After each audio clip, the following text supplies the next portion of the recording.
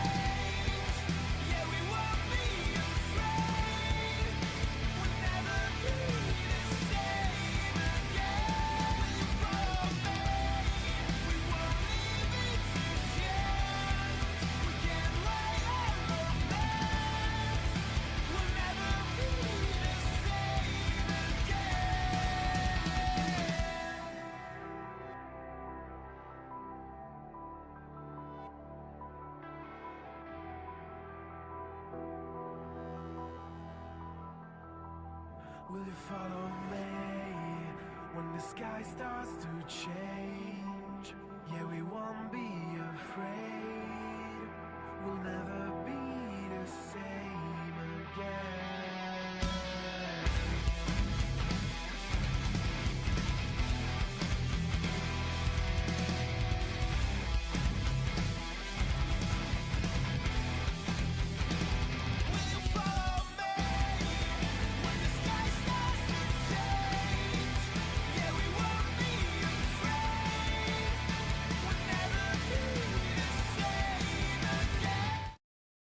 With anime in our souls and thoughts of wrestling out of control, we are a group of weebs who love the entertainment of professional wrestling. So allow us to be the voices inside of your head as we go through the wrestling events of the evening, give our thoughts and predictions on what's to come, and provide an experience inclusive to all you nerds out there. So grab your steel chair, yell for the table, get put through an experience unlike any other. Brought to you, of course, by Animal We Studio. This is the Weebs of the Ring podcast. Holy shnikes, folks. It has been what feels like ages, even though it's been like, what, a week or two since we did a show, but that's besides the point. That's neither here nor there, because it has been a while since we've done shows. I think we did one this past Monday. We're here. I think we did one this past Monday, didn't we? So it's been a while since we've been doing like a good show and all that. So we're here to talk about the good old WrestleMania. We're going to talk about the build. We're going to be talking about Raw and SmackDown, how those have been, and probably give you guys some predictions, maybe some fantasy booking. Ooh, we might dive into all that stuff. We're just going to have some fun, everybody, because yeah, WrestleMania build has been very lackluster for a lot of people, but I'll get into more of that when we go on with the show. But hey, I, of course, am one of your co-hosts, your reigning, defending, undisputed Universal Heavyweight Champion of the world. That's right, it's Watkins here, your guide through all the bullshit that seems to be the WWE product. And of course, I'm never alone in my endeavors, for you see, this lovely gentleman right here is here to join me to talk about everything. He's been consuming WWE a bit differently than I have, where I've been consuming every single week for the past couple months. Vash here has been a little busy, but which is good because we get two different perspectives. One from the side of somebody watching the product week to week, the other watching as WWE has been producing their content for all the clickbait, for all the memes, for all the social media engagements that they like to do. But ladies and gentlemen, he is known around these parts as the Visionary. He's known as a revolutionary. And you know what? You better this not. Weekend, for one time only. He is not a Bill Goldberg stan. No, he's not. He's not. Unfortunately, he's a Brock Lesnar stan, but we'll have to fix that when Sunday rolls around. Ladies and gentlemen, Legend D Vash. Vash, how you doing tonight? First, let me say my intro, then I have my clap back for you. Woo! Welcome in, everyone. It's your boy, the legendary Vash, the human attack phone, the House of Tempest. You gotta watch the Slime Room Rule. The time I got recurrent the Slime anime season 4 is out every Friday. Like AS tomorrow. You better watch that one more better than SmackDown, the 3-hour show. The 24-minute anime is better than the 3-hour show of SmackDown. But it's the will of D, the will of Latino Heat. We are here for fucking WrestleMania build. I'm hyped for this. Like Watkins said, that it's been an interesting past month and a half because I've been watching weekly with the guys for the past 3 years that we've been doing this, and dropped this box, took a break after Royal Rumble, and we've been covering the whole month of February until Elimination Chamber. But then March, I got a gig. I'm very busy. We have a schedule that's Tuesday through Saturday, but then I'm in the process of moving, so life has been a big hectic for us to actually do content consistently. But a big shout out to Watkins, who's been holding it down for ya, and a big shout out to Antidote as well, who's been holding it down as well, because chat, we appreciate for anybody that's been tuning in with Watkins, like last night, that Wednesday, when Darby Allin won the AEW championship. So congrats as well for the big W for the crazy Darby Allin, that all the shit that he's been doing. But this is WrestleMania weekend. For those that don't know, is one of the biggest. Is it a season finale or season restart? Like, I've been confused how they try to promote it. It's like the start of the new season, but also the end of the new season. So it's really conflicted how they try to promote it at times. But yes, either way, pretty excited talking about it. Goldberg fan, not here, not even a Brock Lesnar fan, chat. Just y'all need to know we're about Oba Femi. Just know we are doing a sidecast Saturday and Sunday. Just know damn well if Sunday Oba Femi loses, me and Walkers are crashing out for the rest of the night. I don't care what the fuck any of the results are, but Oba Femi has to win. Me and Walkers will be doing the strut. That's for sure happening. There'll be a video actually coming out Saturday morning of me and Watkins that I've been saving it for a year. Me and Watkins doing the Penta walk. And I've been saving it for like the right opportunity. So I'm posting it that Saturday morning. Watkins just got like a trigger memory. Like, I know the one you're talking about.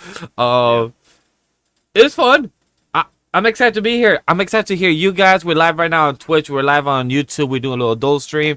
If you guys missed it, don't forget, also check out the time codes. The VODs will be there.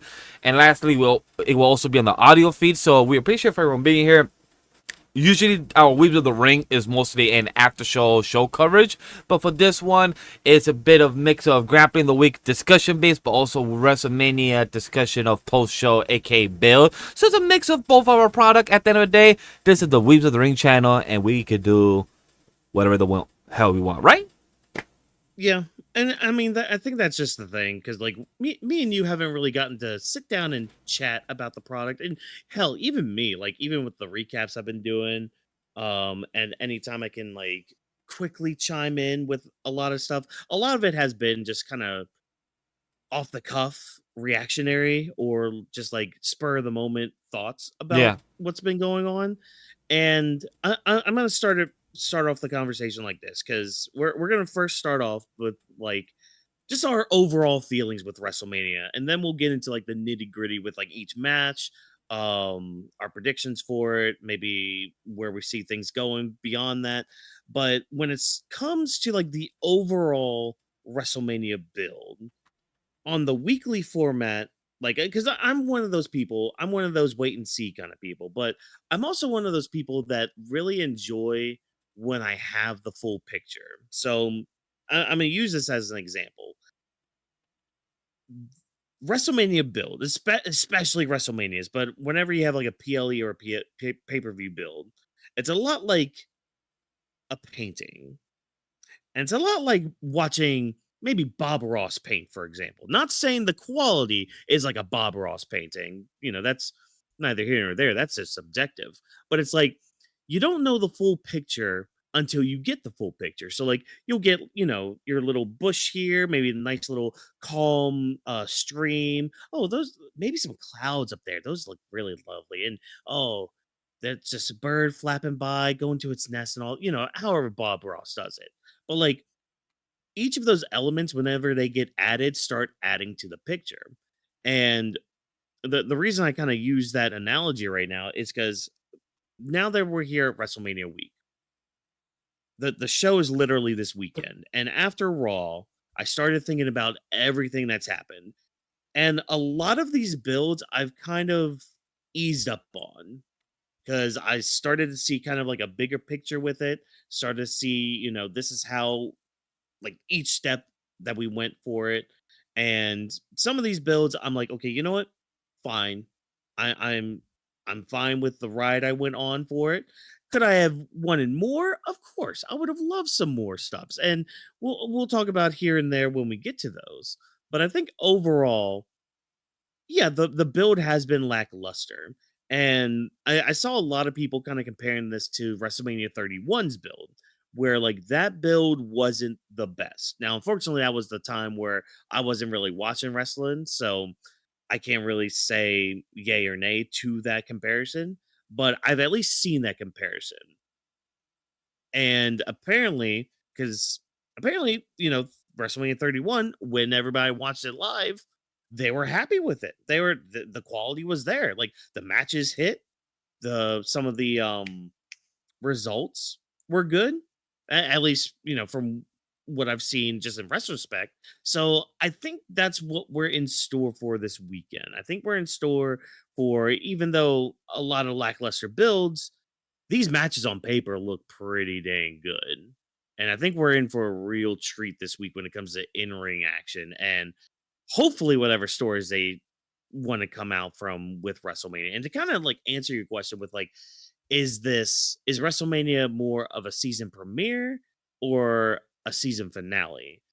And with lack of a better answer or word or phrase or anything, I'm just going to go ahead and say yes, because it's a little bit of both. Right? It does feel both. Yeah, it's more just like think of it as like ending an arc. Like it's like a season 2 ending of like an arc or something. So you had just recently finished ReZero. It's like the ending of ReZero, like a ReZero arc or something, So yeah. But Vash, with your perspective, how have you felt about the WrestleMania build overall, just in general? Right before I answer, chat, also let us know how you feel about it, because we would love to also follow up, answer your questions, hear what you think as well, so we can also talk about it right before we transition into each of our topics. So please chime in, let us know how you feel for anybody watching, and thank you for anybody lurking, supporting, watching. Overall, thank you nonetheless. So question-wise, build-wise, is the weakest out of the last couple of years since we started Weeps of the Ring. It's the weakest. Because I believe we started at the cusp of WrestleMania 39, right? I believe that's when we started. Yeah, that's when you and I kind of started doing some stuff, and then drop came in a little bit after that. Or it was something like that. So from 39 to 40 to 41, it's been great consistently overall. Bit of speed buffs, no problem. Life happens.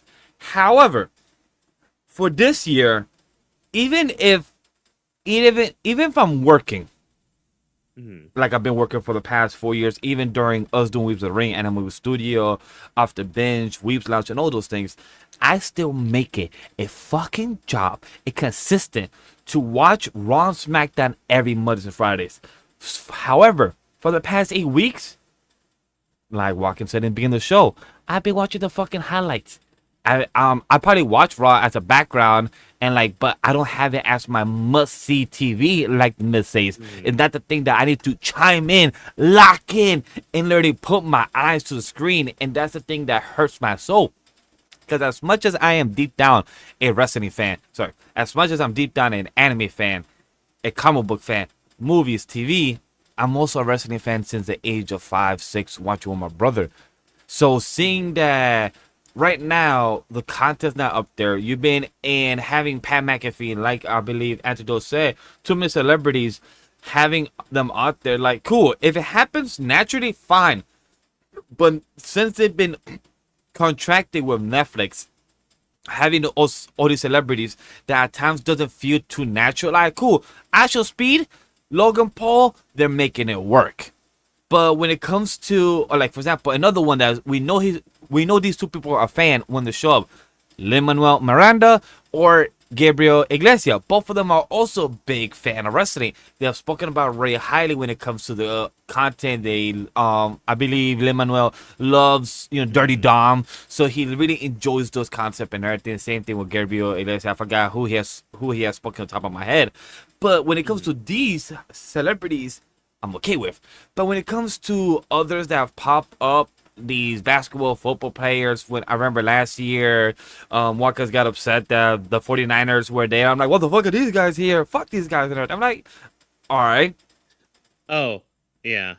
Well, no. It was actually WrestleMania 40 when the Eagles showed up. The Eagles, my apologies. That was mainly because they interfered with Rey Mysterio. I wanted Dom to win that match. Yeah. And they interfered in it, and I'm just like, fuck the Eagles. I hate you. And as you know, guys, it shows I'm not, I'm not a football fan. I just, so Eagles at the end of the day. However, if you were, quick little plug here, AEW has some luchador masks of your favorite NFL teams, only $60. Yeah, and the quality doesn't look too bad. It's cheaper than those fucking $150 belts that they have for. Hey, you could either get a mask or you could get a belt. However, we're not promoting them. We're talking about WrestleMania build, and we're on WWE time right now. We're Fed pilled right now. Yeah, as the internet wants to call people shields and everything. We get paid by them. Filthy marks. So watching the highlights and everything, and that's something I would do. And even after this today, when Roman was champion, I refused to miss a Raw or SmackDown. Just saying.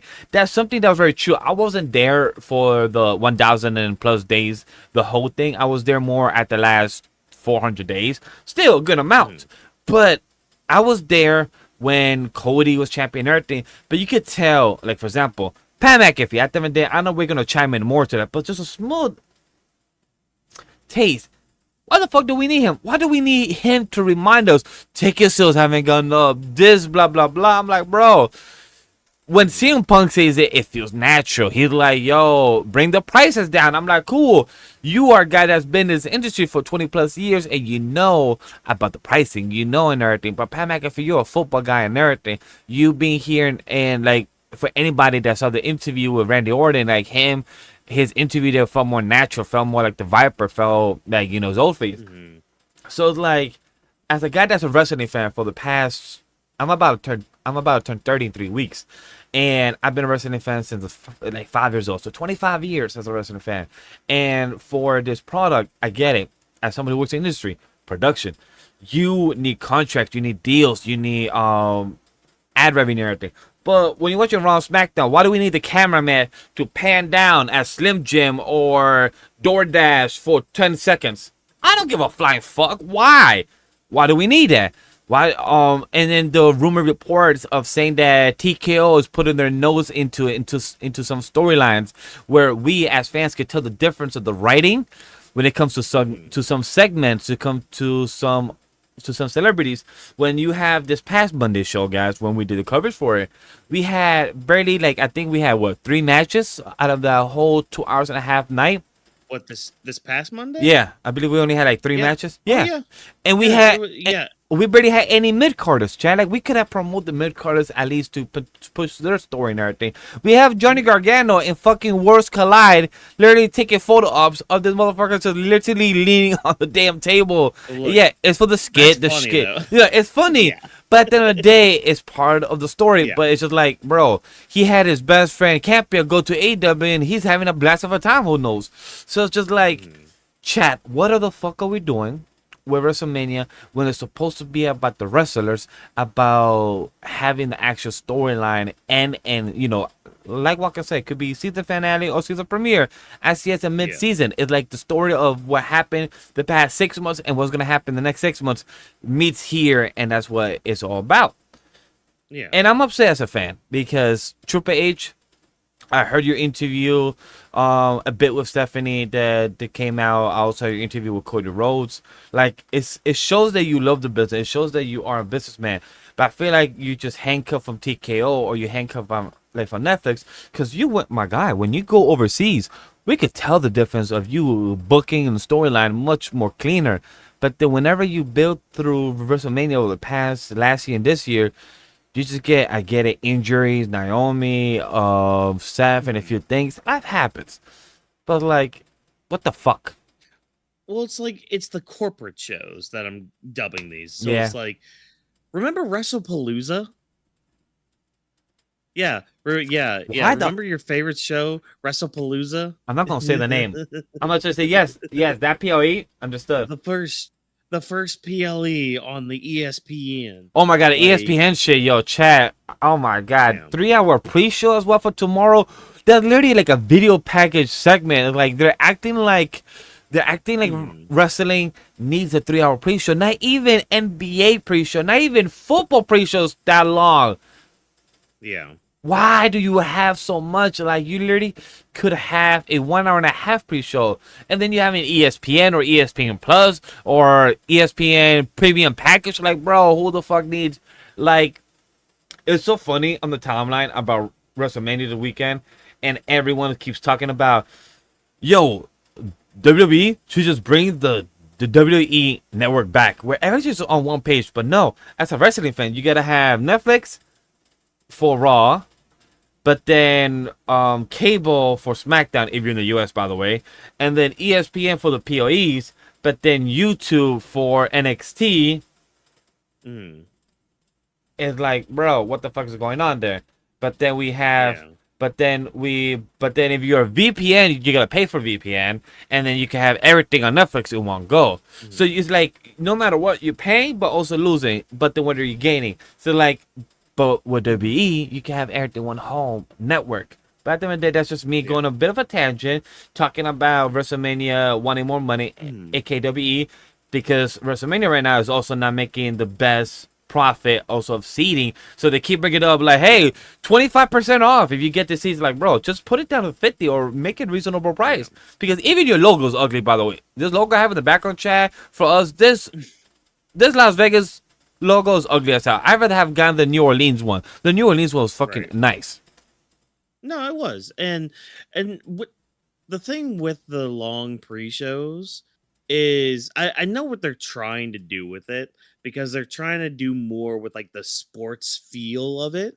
Because that's the thing. They're trying to emulate a sporting event, and with a lot of sporting events, they can actually have like either long pre-shows or special network like actual shows going on where like, oh, they have their analysts talking about like a team or an offensive line. Like, I'm using NFL for the example here. Like, oh, we have like our offensive analyst here to talk about like the Patriots offensive line versus the Steelers offensive line, like shit like that, So I understand why they're trying to do it, but I think my thing with a pre-show, can you at least have like a match or two on it? Like, at least have one, if not two. Like, those were always a good spot to have, those Andre the Giant battle royals, because again, it's something to have on your pre-show. It's something to actually watch while you're like just having it on the background if you're doing something or anything. But now it's on SmackDown. We have this battle royal on SmackDown, and like, I remember Bobby Lashley or Bronson Reed won the last two couple years ago. So like, oh, that was great on WrestleMania because it gave them a moment for the build. It gave them a moment for the character, and just having the status, the resume that you want the Andre the Giant. That's great. Yeah. So, but my question is a lot of. My question to you is, how did you feel watching it weekly though? Because as somebody like me who's been watching it, the highlights and the binging or the off air, or you talking to us about it, and they're like, hey, how was it? Good show, bad show? It's just like, for me, not saying that I've missed it. I'm hoping after WrestleMania weekend, like this Monday after Raw, the SmackDown show, I'm hoping that I could get back to my routine like I used to, but also enjoy. Hopefully, is that enjoyment as it is once again. But for you watching the weekly, I know some SmackDown has been fucking dreadful, and you have told us about I it. hate SmackDown. Those 3 hours I ads, cannot. VPN, Yeah. no matter what, is a lose-lose situation. I cannot. Well, first of all, I'm gonna start off with this. Like, yeah, Pepper's Farm does remember pre-show matches. You remember Neville versus Austin Aries and how they got screwed out of getting a paycheck for the home release of that WrestleMania? Yeah, Pepper's Farm remembers that. But yeah, no, SmackDown is objectively WWE's worst show. Like even with the VPN, when you get to actually see a match in its entirety with that, like even with that, I mean, it's painful because like when they're going to commercial break anyways because they always have the lead in. It's there's just so many breaks for it. And then there's a lot of recaps that they use to pad out time. This past SmackDown, a lot of segments kind of went a little too long, at least in my book. Where it's like you could easily tell that they are trying to pad time. And it's like you could use that time to maybe, I don't know, do more with your tag division, do more with your mid-card women's division, do more with your mid-card in general, because like and that leads me to something I wanted to mention during your spiel, because like I remember being on this show specifically praising go home Raws and SmackDowns for the fact that not only were they selling you on like the PLE that weekend, but they had weekly storylines that would end on those go home shows. So like you still had part of the product and it was paced really well. I remember that was literally only like 2 years ago. Barely. Like barely 2 to 3 years ago that they were doing that. And now it's literally just, oh, we only care about our top guys. We might give a shit about our mid card people, but that's mainly because they have a lot of their top people in the mid card. Yeah. And then like the lower mid card just tag gets team division. nothing. It's a women's tag team division. Horrible. Well, we'll get to those here in a little bit. My question, But right before we transition to each of the match, out of the 13 matches, chat, what are the top 2 or top 3, whichever number you want to give, that you are looking forward to for the weekend? Not just feud-wise, not story-wise, just looking forward to the match itself. Just at the end of the day, we are already here for the WrestleMania. We are already here. As much as that we should talk about the build that we're going to get into it, break down the meat and potato, but the match itself, since I'm already answering the question, asking the question, I'm going to just say mine. Femi versus Brock is 1 because Femi better win. That's 1. 2, the IC title ladder match of Penta versus Javon Evans, Dragon Lee, Jade, Rusev, and Rey Mysterio. And then last one is honestly, the last one is either a toss-up between Seth and Gunther or Sami versus Trick. I'm just gonna keep it to 2 mentions, I think, for mine. Because they're 2 matches that can really define the weekend. Well, I guess 3. Yeah, okay, I think I do have 3. So the one match is what I'm calling is more than likely gonna be match of the weekend. That's gonna be Gunther versus Seth. I think that's gonna be match of the weekend. The one match that can make or break this whole weekend is Brock and Femi. But we'll talk more about that when we get to that match.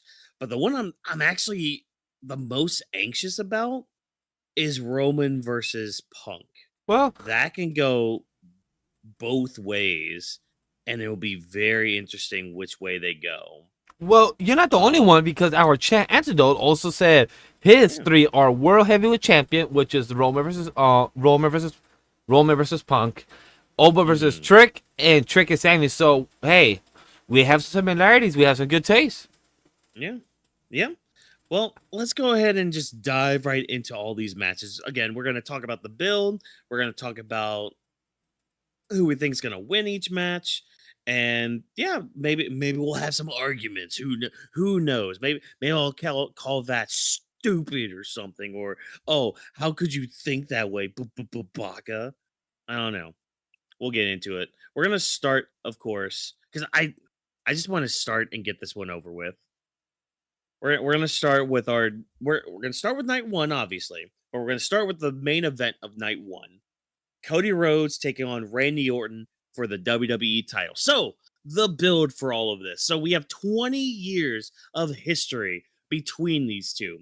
Randy, for the better part of like 2 years since Cody Rhodes has won this title, he's been eyeing that WWE title at every moment that he can, whether they're in the back or out front in the ring or whatever. He's been eyeing that thing, like almost like a long lost girlfriend in a way, or like an ex that left you for your best friend, and now you're just like, bruh, what happened to the bro code, dude?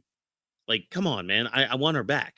So even after losing to Cody in the King of the Ring final, like Orton was hearing the voices in his head. Like he was already starting to kind of clock some things and trying to like get into a mindset, but he let it slide. Again, if you listen to that 5-minute interview he had with Wade Barrett today, he still respects Cody. He still thinks of him as a brother. It's just, he's prioritizing his legacy right now, which is how it should have stayed. And I do like how throughout the build, he took advantage of Cody Rhodes getting taken out by Drew McIntyre at Elimination Chamber. So Randy was already set to face off and had the mindset of Drew McIntyre. But then Cody ended up inserting himself like he usually does. Again, main character syndrome with Cody Rhodes. Cody wins the title back from Drew McIntyre and basically gives Orton the free pass to be the Viper again. And Orton took full advantage of it, beating down Cody Rhodes, leaving him a bloody mess, and going back on his how he was with the crowd and all that. Like he was enjoying the crowd, enjoying himself, but he started realizing, okay, that's only part of me. I need to be the other part of me, the Viper, the Randy Orton that can win a 15th world title. And really, that should have been the story. That should have been it. Have a couple beatdown segments, have some actual talking between Cody and Randy. But no, that's not it. Because Randy's been talking to somebody on the phone for weeks now. Somebody that's been reminding Randy of just exactly who he is. He's somebody from the Attitude Era. Bring the Attitude Era back. We got to sell tickets because you're the greatest of all time. And a lot of people thought that, hey, this could be anybody, really. Because, hey, there's more than one royal family in wrestling. And it was crazy because, like, during this time, like, during the week that we had, like, this phone call and all that, and we were, like, the rumors were going around, Ted DiBiase Jr. ended up getting free from his charges. So it's just like, oh, and then he had like this one, I forgot what it was. It was like a recording. I think it was with his lawyer or something, but he's in the back saying, hey, I need a plane to Vegas. So it's like, oh, we're setting up Ted DiBiase Jr. coming back. We're going to be hinting at some legacy stuff. So I don't know what happened with all that, because we ended up with Pat McAfee being like, we need to save wrestling. We need to make wrestling great again. Like shit like that. I'm just like, why? Wasn't Cody the person to do that? Wasn't he the quarterback to save wrestling? Isn't he the reason of the story of the main character? Just saying. Well, see, here's the thing. Cody's the reason, apparently, that ticket sales for WrestleMania are horrible. In fact, don't even worry about watching night 2 of WrestleMania. Like, that was a whole rhetoric, too, by the way, of Pat McAfee's, until just, like, today, where he's just like, oh, yeah, by the way, Roman's going to save us, too, from wrestling. He's going to take that title from CM Punk on Sunday. Make sure to watch that. It's just like, okay, Pat, you don't even know what you're fucking talking about either. Like, Pat keeps going on these, like, shoot, quote-unquote, promos, and it's just like, I'm not buying any of this, because, like, we all know what you are. We all know why you're in the position you were in, because of a certain CEO not CEO, certain board member, I guess. I don't know. Fuck Ariel Romani. Anyways, it's because of that guy that you're just thrown into all this. And the feud has now become Cody versus Pat McAfee, basically. Well, we can't forget one big person, another celebrity that you forgot to mention that's involved. Oh, yeah, of course. Because who could forget the Jiminy Cricket of the WWE locker room? Jelly Roll. Or Jelly Roll got involved in this. Or like our truth would say, yo, Dom, Rhea, you guys are back together. Love it. The Judgment Day is back. You know, that was funny. That was funny. But that's because our truth is a national treasure. Exactly. And you know, I'm sure Jelly Roll's a nice guy. You know, he comes off as a nice guy on TV. So fine, cool, neat, whatever. Has no business being involved in all this. And if the rumors are true that we're getting a tag match with him and Cody versus Randy and Pat McAfee, no. No. They're just repeating what happened last year because Logan Paul was John Cena's partner. They're literally repeating their own storyline. Hey, Chad, have you ever heard where you could copy your own homework? Well, guess what? WWE is doing it right in front of us, copying their own homework, just in a different year with a different layout skin. Literally have done this. Like, if you watch any type of Family Guy skit, they have made fun of this type of trope. Anime has done it. You know, it's fine if, you know, been anime first. Hiro Mashima, he copied his own homework from Rave Master to Fairy Tail, from Fairy Tail to Eden Zero, and then back to Fairy Tail because it's going to go back to publication. So at the end of the day, you could copy your own homework. But when it comes to WWE, a big ass long TV storyline where they have said that they're about to reach the 2000 episode of Raw very soon. I'm like, great. But shouldn't you be copying homework from the year like 2015 to 2026? Should you not copy the homework from 2025 to 26? Like, it's only a fucking year difference. And you're literally almost doing paper numbers. And that's horrible because, like, going to what Walkers was saying about this build and everything, I hate Pat McAfee on it. Pat McAfee, I have no problem against him as a commentator. I believe his role is the heel commentator and everything, adding the passion, adding the jokes. He had his little fun skit, you know, grabbing the pencil and everything. It's fun.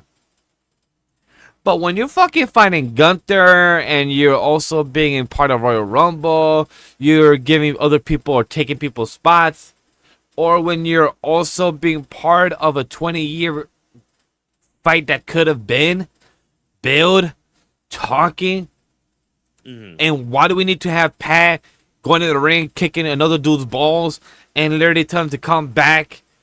You're just like a bitch like your father or something. Like, bro, Pat, what will do respect? Shut the fuck up and go back to your football podcast and everything, because I like, honestly, nobody asked for you. Yes, some fans dislike you as a commentator and everything, but guess what?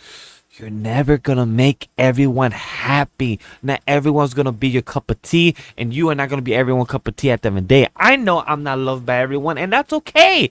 As long as the fans, the people that are being entertained, as long as you're to be entertained, that's it. If you be rude, I'm either ignore you or clap back to you. Just be prepared for one or the other. But when you're telling me that we're going to have this white dude be on screen and telling me, hey, you are ruining wrestling just because, no reason. All right, just because you have been the quarterback for the past 2-3 years, and even though you are the top merch seller, been champion, go to toe-to-toe, literally have been given the hand by John Cena, literally not once, not twice, I think 3 times, has been holding Cody Rhodes' hands on top and saying, hey, this is the next guy, this is the top guy, we're going to see him, just like we have saw Roman for the past 5 years. Cody is there, but then we're going to need Randy. Cool. Like Walker started out with the build, saying that Randy Orton has been literally eyeing many times that title of Cody Rhodes on the shoulder. It'd be like, yo, I'm gonna fight this dude one day. I'm gonna get this title. It's not him that I want to fight. I want that title. And even Randy Orton, I think last month, 3-4 weeks ago type of episode, he said, look, Cody, it's nothing against you. It's just that you're the one holding the title. At the end of the day, whoever it was, Drew, or now is you, was going to get my voices in, and I was going to punk kick you. That's it. Yeah. That is the honest truth.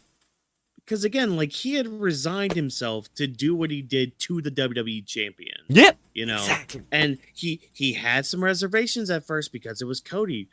But right at that moment, during that contract signing, Cody gave him the keys. He was just like, look, go ahead, be the Viper. Yeah. I'll allow it. You're going to need it to beat me and all that. Yep. And Randy literally looked inside himself and said, bet, I'm going to murder you. I'm going to kill you. I'm going to kill. That's one thing about this weekend is we need the punt kick. Yes, agree. If Randy's going to get 15, he's going to have to punt Cody's head in. That's it. Because, like, we had the tease last year, or at least we were going to have the tease last year because of the whole Kevin Owens thing. But, Yeah. you know, injuries happened. Kevin had to be written off and all that. So it was leading up to the punt coming back. I think it's going to come back this weekend. And, I mean, kind of leaning into my prediction here, I think Randy Orton is going to win this weekend. I think he's going to get 15. I don't think Pat McAfee's going to go anywhere. But there's part of me, and this is more of the optimistic side of me, that could see them doing like some sort of like corporate storyline here with not only Randy Orton, but another major title at the end of this show being won by another major person, another corporate person by chance. I could see them doing that. Just make it good. That's my thing. Because it's like, I get what y'all are trying to do. You're trying to get some heat for this match. So And the match didn't really need more heat than it already had. But I don't know. There could be something there. And it might be because, and I'm going to shout you out right now. I blame you, Tom Campbell, for your damn prediction. Or not. Yeah, prediction. Pitch. Sorry. Because they did their 9 pitches on Cultaholic the other day. And I listened to it. And listen to the very last pitch. It's like, I think it's like 43 minutes into the video. It's like the last thing they do. Tom Campbell's last pitch is just titled The Darkest Timeline. And it involves Pat McAfee, Cody Rhodes, and CM Punk. And I'm not going to lie, the way he described it, I'm just like, it's okay. It's one of those things, because I mentioned it to you this a lot of times with some things. It's like one of those things where it's just like, part of me doesn't want this. But part of me does want chaos. Just to see the chaos go down, just to see how people react to it. Because yeah, it would be ass, but man, the crash outs you would see. I'm just like, part of me wants to see that, but like, I don't know. But I do think Randy is going to win this weekend because I don't think Pat's going anywhere. If they are actually doing that tag team match, then Randy kind of does have to win.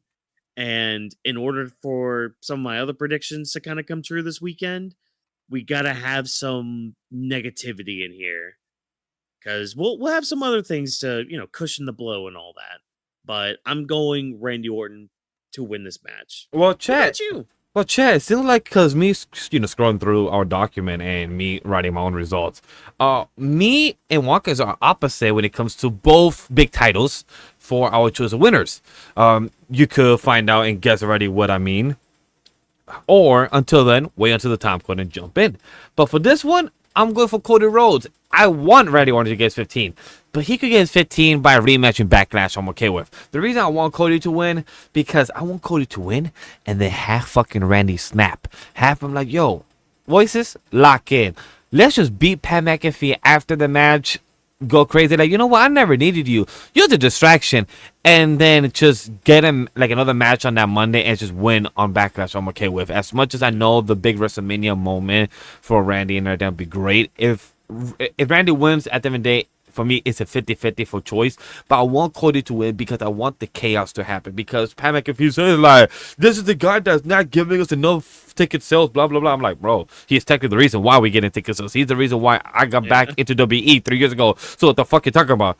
Pat McAfee, I was aware about you because even Antidote says, Pat McAfee is my favorite on College Game Day, but he isn't needed here. Great. Like, I knew he was a football guy. I was aware about him in my circles. I have friends that is aware about him in his podcast. Me on my end, I don't give two shits about him outside of wrestling. I give support for his career. Good luck. Continue surviving. Continue going with your own show. As somebody who's trying to do the same thing here with Watkins, with Weaves the Ring in the Animal Studio, we get it. But as somebody who's part of the business of pro wrestling, we don't fucking need you, and I don't care about you in storyline because you're a guy that's literally talking bullshit from some other part of Source, aka TKO, or whoever's telling you, where like, hey, you gotta talk about like, hey, if Randy loses, I would never be here again. Okay, bye. If this is what I'm getting of you being here and trying to talk all big and trying to act all macho with Randy, I don't need you here then. Story wise, be gone. Yeah. But I see. I don't think Pat's gonna be going anywhere anytime soon with that. I know, or at least like he'll still do his cameo appearances. I think, but yeah, I think for the story, I think Randy is going to win. But it's interesting that you went with Cody, and I had mentioned the Darkest Timeline little pitch, and you gave your little face, and I'm like, huh, interesting. He's going with Cody. Half of the Darkest Timeline. Well, technically, 2 with knowing audience, you can already guess, where I'm going. Yeah, 2. Again, cheap plug for Cultaholic, but I love their pitches videos. They can go off the wall.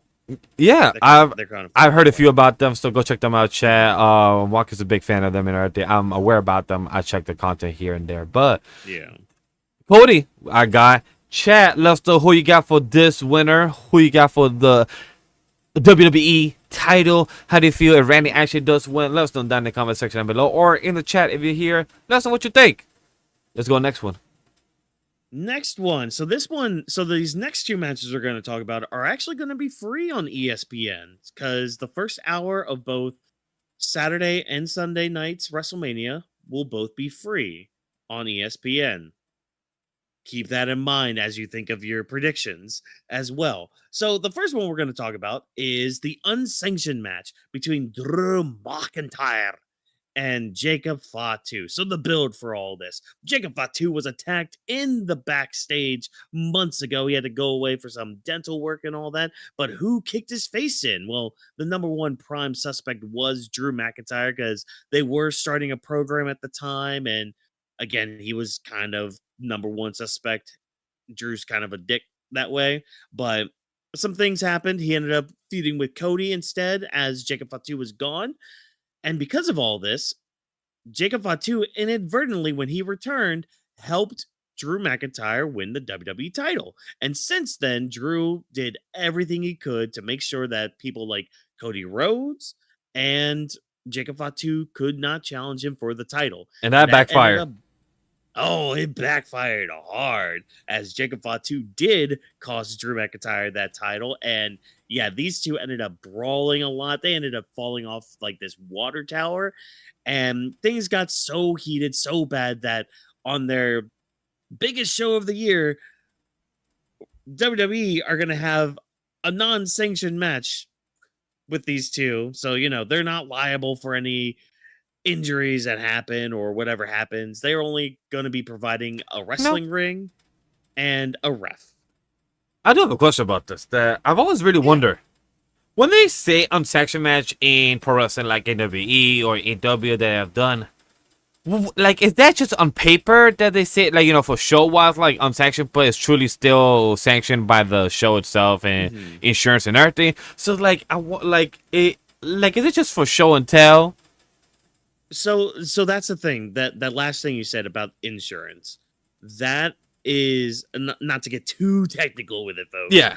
But it's like, in kayfabe, it's literally just, okay, you guys can have your match and do whatever the hell you want, we're not responsible for this. Like, if you guys like hurt each other, like if one of y'all lose an arm, that's not WWE's fault.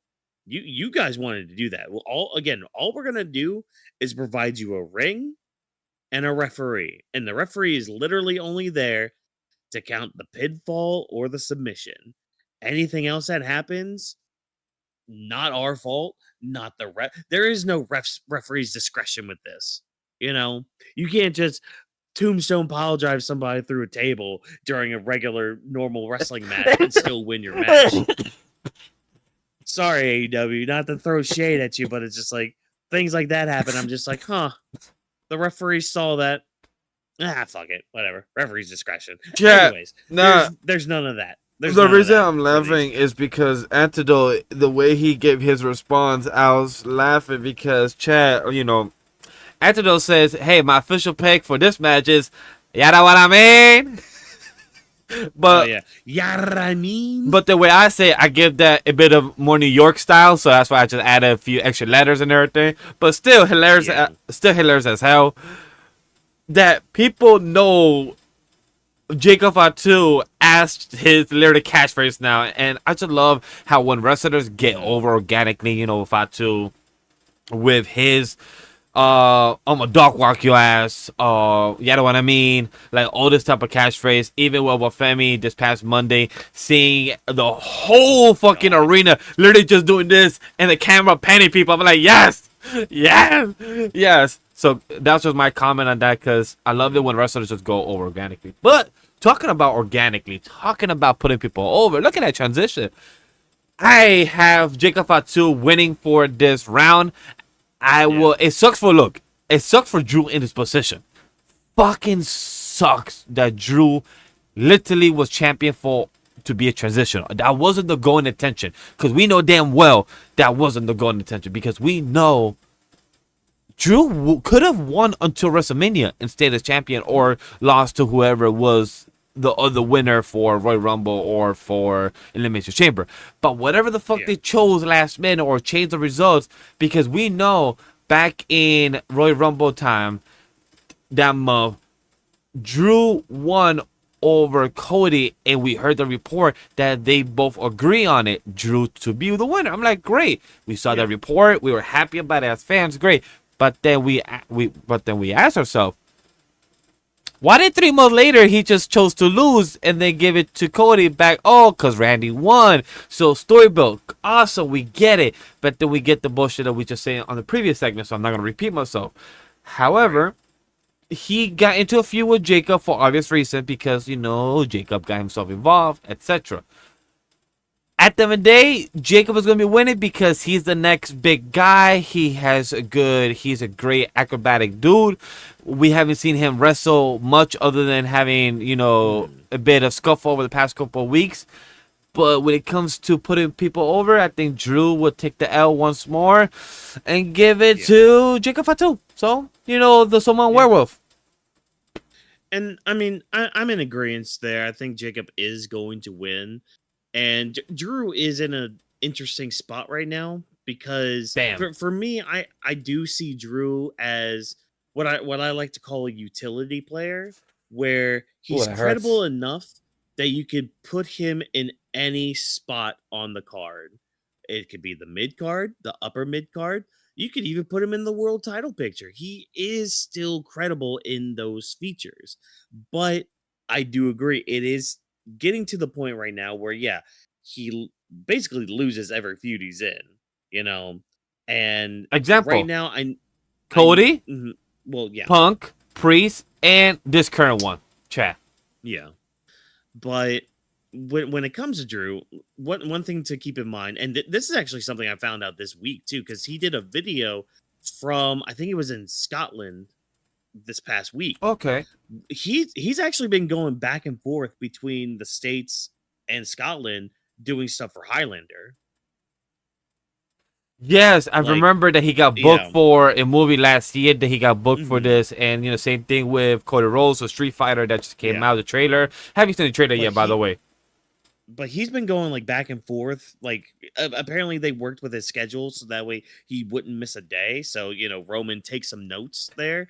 But So I think this is going to be a good way for him to kind of go away for a bit, maybe refresh himself a little bit. He can come back, when we're going up towards SummerSlam, maybe. Or I think we're doing King of the Ring this year. If we're not, whatever the event before SummerSlam, he could come back before then and all that and do whatever there. So I think this is a good chance to kind of write Drew off for a little bit and get him to kind of, finish off with the Highlander stuff and then maybe visit some family while he's out there, take some time off because hell, you fucking earned it, dude. Out of everything you've done in the past, 2 years. So yeah, it's going to be Jacob Fatu winning this match, but I do feel for diehard Drew McIntyre fans, but I do see his role because that's the other thing too. And I think I said this too, when this whole program with Jacob Fatu started, Drew has now kind of become not only the utility player that I mentioned, he's also kind of the main event gatekeeper right now. Where if somebody's going to actually burst through the main event, they gotta get through Drew McIntyre. He's the first boss at the gate that you have to go through. Yeah.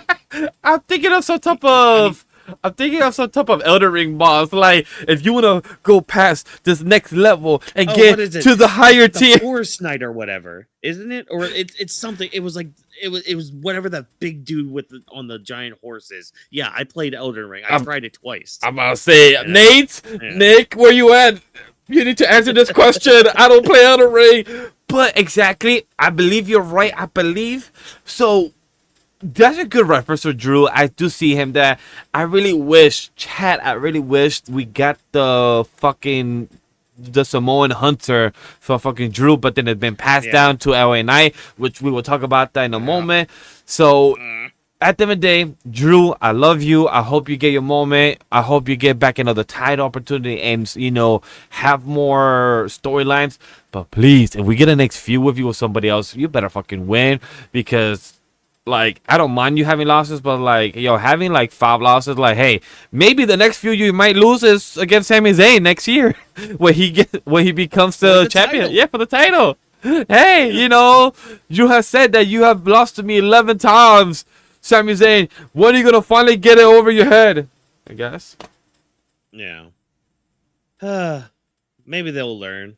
But hey, maybe we'll learn some more as we go into our next match, which is also not only going to be on ESPN for free tomorrow on Saturday.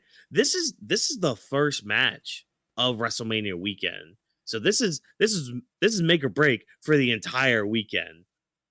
We have a 6-man tag match. The Usos and LA Knight taking on Logan Paul, Austin Theory, and Ishowspeed. So how did we get here, folks? Well, unfortunately, the Vision has kind of been neutered in the past few months since Braun have been eliminated.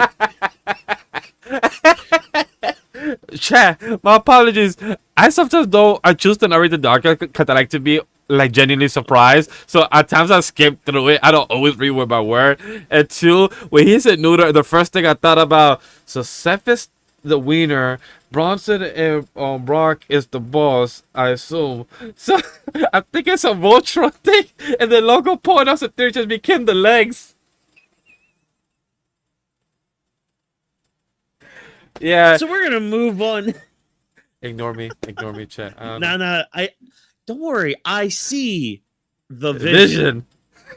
Oh yeah. So, anyways, so Braun's out of the picture, unfortunately. So we'll talk about the Seth part of all that in a little bit. But hey, LA Knight's still involved. He's still going after the Vision because he just can't get away from feuding with a freaking faction in any show he's on. He's always stuck with either fighting the Bloodline, fighting the MFTs, fighting the Vision. Oh, shit, he's right. just the guy that fights all the feuds or the factions.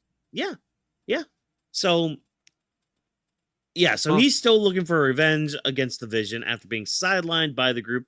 But in order for the Vision to fully get some power, get some leeway, they need some power within the company. And the only way to have that power is to have titles. So they go for the Usos, who were currently holding the World Tag Team titles. They had one match that was apparently non-title that they ended up winning. So, okay, cool, neat, whatever. The next week on Raw, we have a no DQ match. All right, cool, great. Hey, look, it's Ishowspeed. He's there. Oh, no, he gets cursed by Danhausen. What's going to happen there? He inadvertently cost the Usos the tag titles. So I should also add context that in case anybody haven't been aware that Ishowspeed has been training with Randy Orton last I think 2-3 months ago. We can get to that. Okay. Yeah, we can get to that when we talk about the match itself. We're just talking about the build right now. Build what? No, because talking about how we get here. I think that also involves with because Ishowspeed was training with Randy Orton for Evolve versus I believe was Maxine Dupree's boyfriend or husband currently. So during the time they did the exhibition match and everything, and for anybody that didn't see the vlog, because I actually saw the vlog, Randy said, would you ever want to have a match on on the main roster? And Ishowspeed was like, yeah, and everything.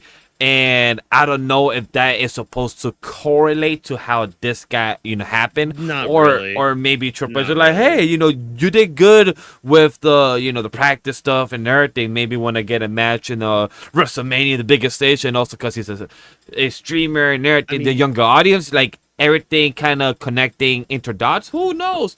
But like that's more backstage stuff. Yeah. Like, that's not within like the kayfabe of the show and all that. Yes. Because so that's more of the why, not the why in context of the show. That's more like, oh, Oda's editors told him to do this instead of that. And it's just like, oh, okay, cool, neat. Good reference. Fantastic. But anyways, so yeah, Ishowspeed ends up inadvertently costing the Usos the tag titles because of distractions and punching LA Knight with some brass knucks and all that. Like, it doesn't go Speed's way. I mean, it helps with the vision, and they love Speed for it, but Speed's not here for it. So he keeps trying to get Danhausen to uncurse him, doesn't really help out in any way, ends up distracting LA Knight again, and because of circumstances, now we have a 6-man tag, Usos, LA Knight taking on Austin Theory, Logan Paul, and Ishowspeed. This past week, I mean, the Usos and LA Knight beat the MFTs. Cool, neat. Thank you, Tama Tonga, for your help, but we'll talk about that just a whole other time. And Speed was training with Austin Theory and Logan Paul, so yeah, he was getting some reps in too. Kind of ties into what Vash was talking about with like the vlog with Randy Orton, where he also got hit in the chair with the chair. I believe in that same vlog. He did, but then Randy was worried, like, did it hit him too hard? And then Randy's like, wait, no, you're selling, right? Mm-hmm. And it should be like, yeah. Yeah. So, yeah, interesting build we have here, because as much as we complain about like celebrities being involved in wrestling, it's really kind of a case-by-case basis. Yes. Because it's like with Pat McAfee and Jelly Roll, they really shouldn't be involved with the main event of WrestleMania. And with how Pat's been on camera, it has not been the best kind of performance from him. If anything, good message, wrong messenger. Whatever. Agreed. Ishowspeed, though, on the other hand, he's at least fucking entertaining. I love that kid. And I got one more. Antidote brought it up because I was going to bring it up too. Ishowspeed forever has my respect for eating that spear from Braun Breaker at Royal Rumble, and also getting I believe his whole shin on the right leg getting all scratched up and like bleeding out and everything. So it shows that he's committed to that. As much as you can say, Pat McAfee never sold a beautiful spear from a Braun Breaker and everything, and actually pull out and everything in shows. Like, he is entertaining. Ishowspeed knows how to give the expression. Even when fucking Austin Theory and Logan Paul is grabbing him, wow, Ishowspeed is fucking lost and confused. He's like, how the fuck did I get here? I was just a streamer in the back. I'm not supposed to be here. But it's just natural, the acting skill that he's doing. Whatever he's doing on the side, or if it's coming in natural, bless his soul, because he's doing it organically and it shows. Like, AKA, he got cursed, so he doesn't know what exactly is going on. He's just going with the flow. That's the point of the curse, the whole supernatural aspect. So I'm happy for this, for Ishowspeed. The match itself, great word that Watkins said. Interesting. If you ask, yo, Vash, do you actually truly care? I don't give a fuck about this match because Logan Paul and Austin Theory, they just became champion literally 2 weeks ago, and Braun Breaker and Bronson Reed should have been champion a year and a half ago, almost. Just saying. Oh no, not a year and a half ago, 9 months ago. Once they became a group. Just saying. However, LA Knight, I just feel bad for you, my G, honestly, because you just keep like Watkins said, like you are literally LA Knight, because I didn't say it once.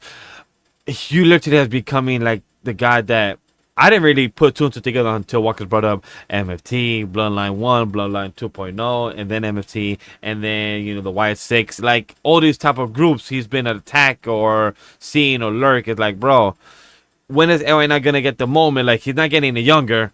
Like, when is he gonna get his moment that we as fans have been hoping for? Like, yes, we were happy he got the US champion, but like, hey, you always have a mixed relationship with Punk, or you have a mixed relationship with the Usos, or sometimes you have a good relationship with somebody else. So like, LA Knight, at the end of the day, I just hope you're happy. I hope you're enjoying what you're doing and you're succeeding in whatever they're giving you, and you're not getting fucked at the end of the day, because I really want you to, hey, at least you're on the card of WrestleMania. That's the good positive thing. Yeah. Logan Paul, you are doing great as a fucking professional wrestler, so I don't have nothing bad for you as a person or wrestler. Outside of it, it's case by case.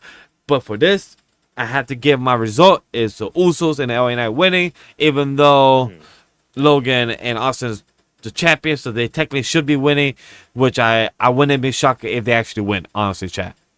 Yeah, so this is actually good. Because, like, at first, I did have the Vision and Ishowspeed winning. That was my first draft with my picks. But I did switch to the Usos and LA Knight for a couple reasons. One, this is opening up the whole weekend, the whole show. Probably should have a babyface win with that. Probably should. Plus, again, a lot of my picks, you'll find out I tried to be balanced with my picks, because some I went with, and I'm just like, we got to have some sort of like result that not a lot of people like. But with this one, you got to have a good moment. Plus, I'm glad you said the thing about the Vision losing, even though they're champions, because this kind of goes into fantasy booking afterwards. So if the Usos and LA Knight win this match, the Usos can have their tag team title rematch on the Monday on Raw after WrestleMania. That's a big match to have on that big episode of Raw. But here's the kicker. Because we've been teasing a Jey Uso heel turn. And at first, I was like, okay, they could do that at WrestleMania. Because, they lose a match to a streamer, mind you. 2 streamers, mind you. And Austin Theory, who's like the most generic wrestler we have on the roster right now. Like, the Usos and LA Knight losing to those 3? Nani the fuck? What? Why is that a thing? So I thought, oh, maybe we could get the Jey Uso crash out at WrestleMania. But then I took a step back. Again, I thought about it. I was just like, wait, no. That would be more of a better angle on the Raw after Mania. Because it's like, okay, you get that feel-good moment at WrestleMania where, like, they win their big match, they get their tag opportunity, their, title opportunity on Monday, but then they lose it. Again. They keep losing. They just can't stick the landing. Yeah, they could do the fun, like, loop-de-loop spin and all that. That was the WrestleMania win. They just can't land and win those titles. And that just sets Jay off. I have another one. What happened since last year, or no, 2 years ago, we had Jay and Cody be tag team champion. This time we have Jimmy and LA Knight be tag team champion. That would be That would be crazy. That'd be That would interesting be one. crazy. Now each Yeah. brother has had a champion without the brother one time at least. Mhm. Yeah. So now, For Antidote, my pick is Drench in History. Official pick, Division and Ishowspeed. No celebrity has lost a match at WrestleMania. and I think the kicker with this is if Speed is able to get uncursed before the match. Because if he's uncursed before the Ooh, match, yeah. the Vision and Ishowspeed will win. But if he's still cursed, I think they are going to lose. But that just goes into whether what happens on SmackDown or even during the show or during that 3-hour pre-show that they have going on. They could do things there. They did it last year when they took Bailey off the card for stupid reasons. Yeah, I that's know true. Becky came back, blah blah blah, whatever. So I don't know. That's who we're going with. Me and Vash are on the same page with that. I know I did a little fantasy booking there, but again, that's kind of where my mind's going with it. Because again, you could have the J turn at Mania, but I feel like it would be more impactful on the Raw after Mania. Because again, they like to have big things happen there. You know, unlike unless you're what was it like 2023 when the only big thing that happened was Brock turning on Cody. Yeah. Yeah. That shit was stupid. But hey, let's talk about some more stupid things. The women's world title. It's not stupid. But anyways, that's besides the point. It's a stupido. The build. It's a stupido. It's stupido. But hey, we got Stephanie Vaquer taking on Liv Morgan. How did we get here? Well, Liv Morgan wins the Royal Rumble and chose Stephanie Vaquer as her opponent after Stephanie interrupted an interview that Liv was on where Stephanie basically said, hey, you were handed everything. You can't do anything without a man to help you. Like, you're nothing. Liv ends up like kind of doubling down on this, being like, yeah, I'm actually happy with the opportunities I got. You know, I didn't have to work my ass off. I didn't have to. What was it? She was saying how like Stephanie came from like a mud hole, and then she called her mom like a prostitute and trash and all that. And ever since then, these two women cannot be in the same room without busting each other up to the point where like Liv had like a baseball on her forehead, and even still, like her face is still like bruised up. Like this past Monday when she was like freaking out, she literally looked like she was getting kicked out of an Applebee's. Like it, By the way, her face was rough. I do want to state that not only just Liv, a big shout out to Roxanne Perez as well. Roxanne Perez did return. I was very happy about that. So this is a prime example of what I was saying earlier on, where I've kind of eased up on some builds for WrestleMania.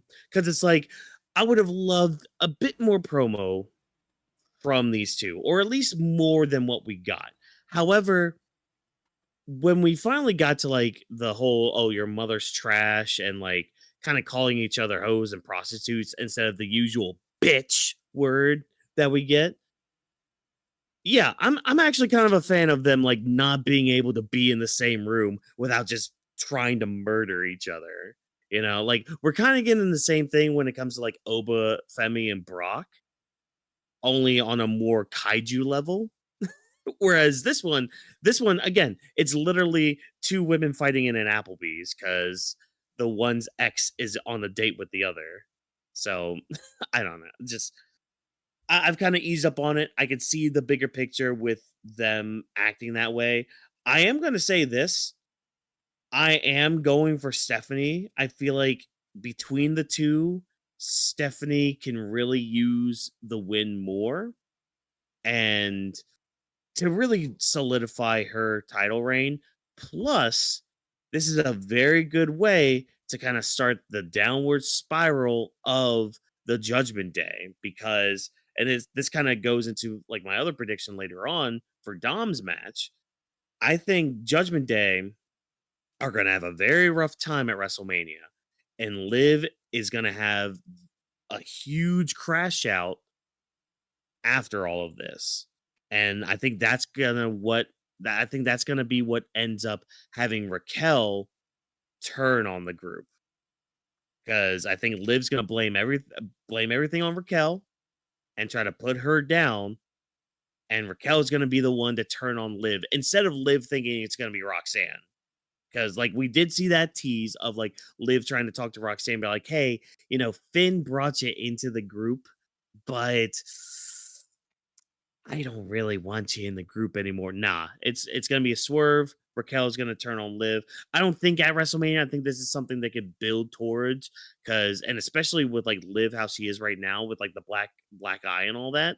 Like, that's just perfect, like, visual storytelling you can tell, really, with, like, the visual crash out and then just, like, having her actually crash out, like, in the ring or something.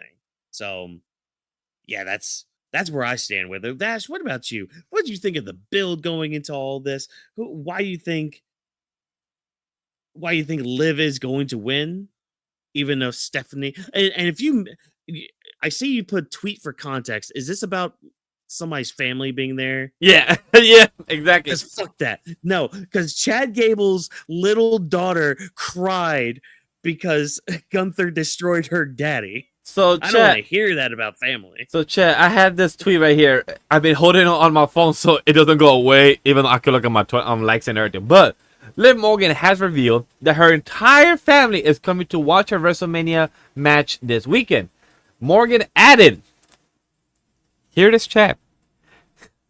Morgan added that her mom, who suffers from health issues, will also be in attendance to support her. Bro. Liv's losing. When I read this, Friend of her family. when I read this, the whole comment section is two ways. Literally, gifs of Chad Gable, and literally the other side. Oh, she's winning. I'm like, I love how the audience knows how the storyline goes. It's either A, Chad Gable, your daughter's crying, aka your mom is crying, or B, you're winning because your mom is there for health issues and supporting and storyline. So everything that Watkins said, I don't have to repeat because exactly how it feels. Stephanie has to win because it's to solidify her as a character and to actually show the dominance. In NXT, we know main roster likes to intertwine the continuity of NXT. Like, yes, we know as fans that she's a double champ. She's been going around for New Japan. She has great chemistry with Asuka, Io, and everything because she knows how to speak Japanese and everything. So Stephanie has multiple languages under her belt. Even as for myself, who is bilingual and everything, knows a few of the languages in the speaking and in the hearing aspect. But that is not important. When it comes to Walker's, when he tells me, "Hey Vash, can you tell me what Stephanie said before Twitter? Because they're taking long." I'm like, I got you. So I'll tell him. She said this in Spanish and everything. Yeah. And it's just a common aspect because she's really good. For anybody that hasn't checked out the 1 hour interview from Chris Van Vliet from last week with Stephanie, I did check it out. And Chris even asked her, like, how did you feel about her crying scene after you made her cry and everything? And, Stephanie was playing a bit to kayfabe, but also being, I was like, she's very good at the acting, like, for what she portrayed and everything. So, and her English has gotten better. Like, Stephanie's put in the work that she said that she trains her English every day. She's happy to be in this. She even brought her father from, I believe, when she won the title last year and everything. So it shows the commitment and the work that she's been putting. Chris even asked, "Is your father coming to your WrestleMania match?" And her answer was, "Don't know yet. We're having some visa issues." So I'm like, okay. So since we don't have confirmation that he's there, maybe we don't know. So when it comes to family things, it kind of portrays to the Liv thing as well. We don't have the answer for that. At the end of the day, I want Stephanie to win. She deserves it.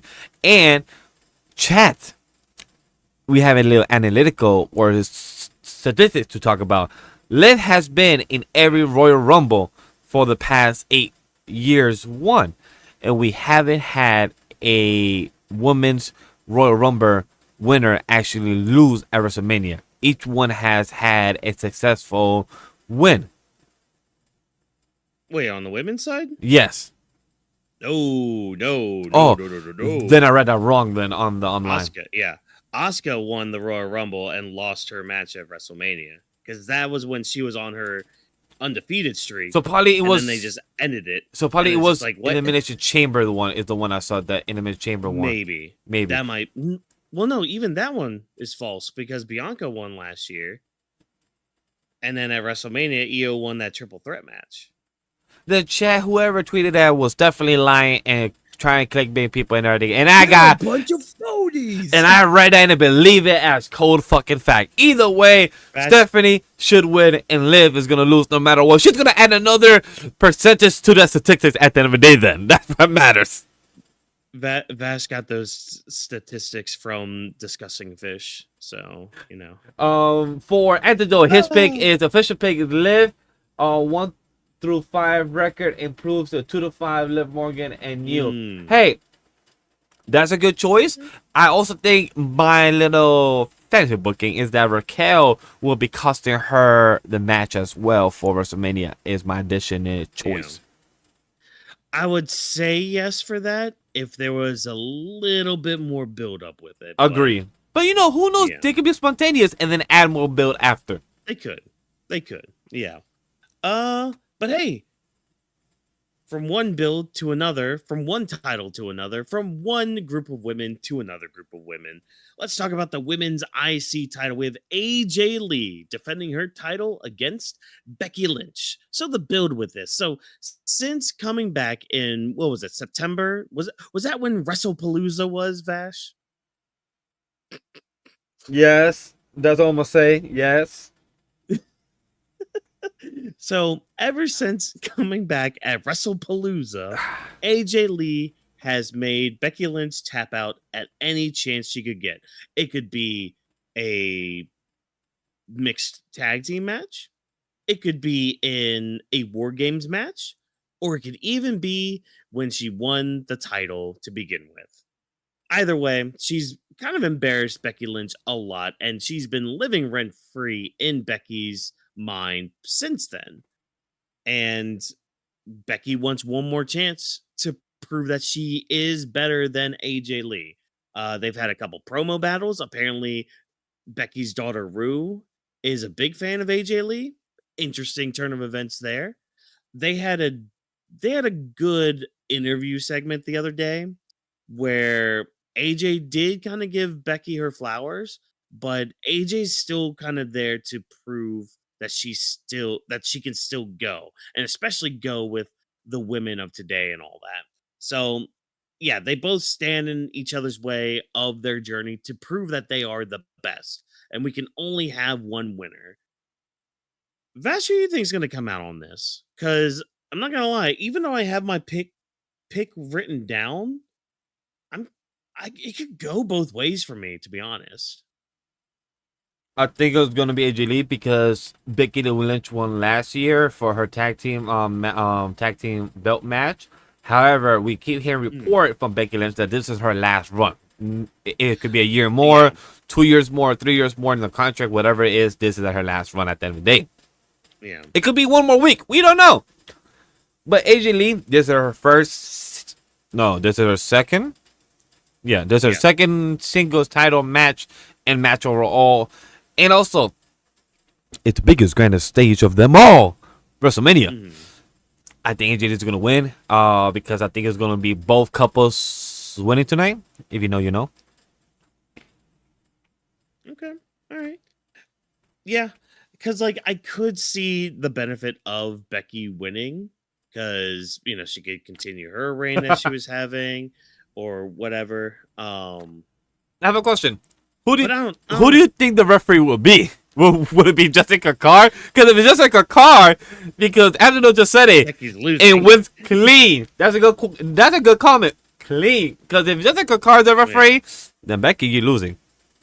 Yeah, but yeah, oh my gosh, that feud can continue on, much like the Bayley and Michael Cole feud. But yeah, I mean, it could go either way. I am going AJ Lee because I think she could use the WrestleMania moment more, for one. She's not going to hold on to that title for much longer after WrestleMania. Yeah. I'll say that much too. I do. That's another case where I could see her doing like maybe an open challenge on Monday, and she loses the title, because that would be very reminiscent to what happened with her and Paige, which apparently there are rumors. Yep, I saw that same rumor that either it's going to be JC Jane or Paige is going to show up Monday and answer the open challenge that AJ might do. And then, if it is a thing. Yeah, if it's a thing. Yeah, like I saw the rumor report of what might happen. I'm like, you know what? If this is something for AJ Lee to lose to Paige coming back or to JC Jane stepping up and everything, I'm okay. I'm okay with that. Yeah. But I'm not upset. I wouldn't be upset if Becky wins Same. either. And maybe she does something similar too. Because like I did. It was another Chris Van Vliet report from an interview.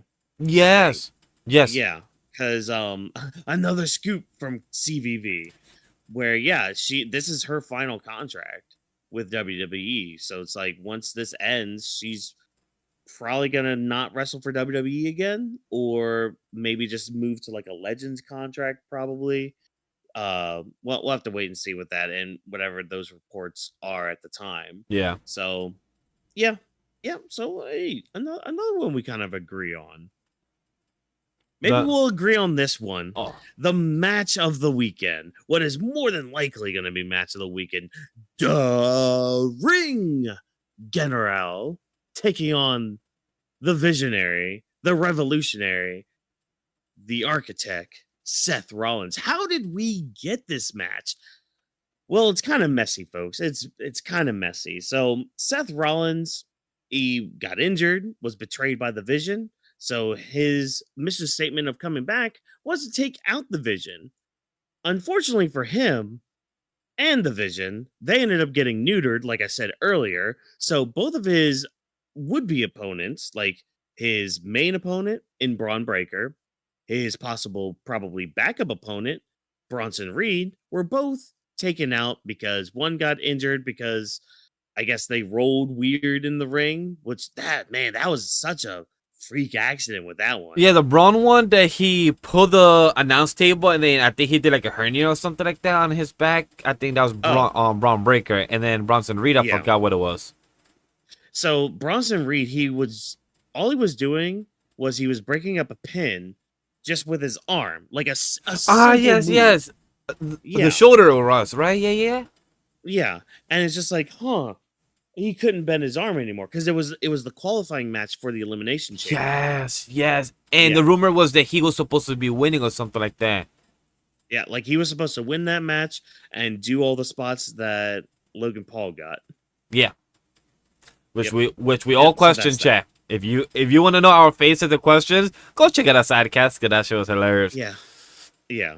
But I feel bad for Seth. So because like he had no member of the Vision to fight because Paul Heyman's not gonna fight him. Paul Heyman's not a fighter. He's a non-combatant. And Brock Lesnar, he's busy with a ruler that he's gonna get demolished by. So who does Seth realistically have to face? Well, there's another guy who doesn't have an opponent. Rumored opponent ended up, I guess, healing themselves and then entering a ladder match, which we'll talk about later. Interesting turn of events with that. Yeah, Gunther just runs up to Seth, chokes him out.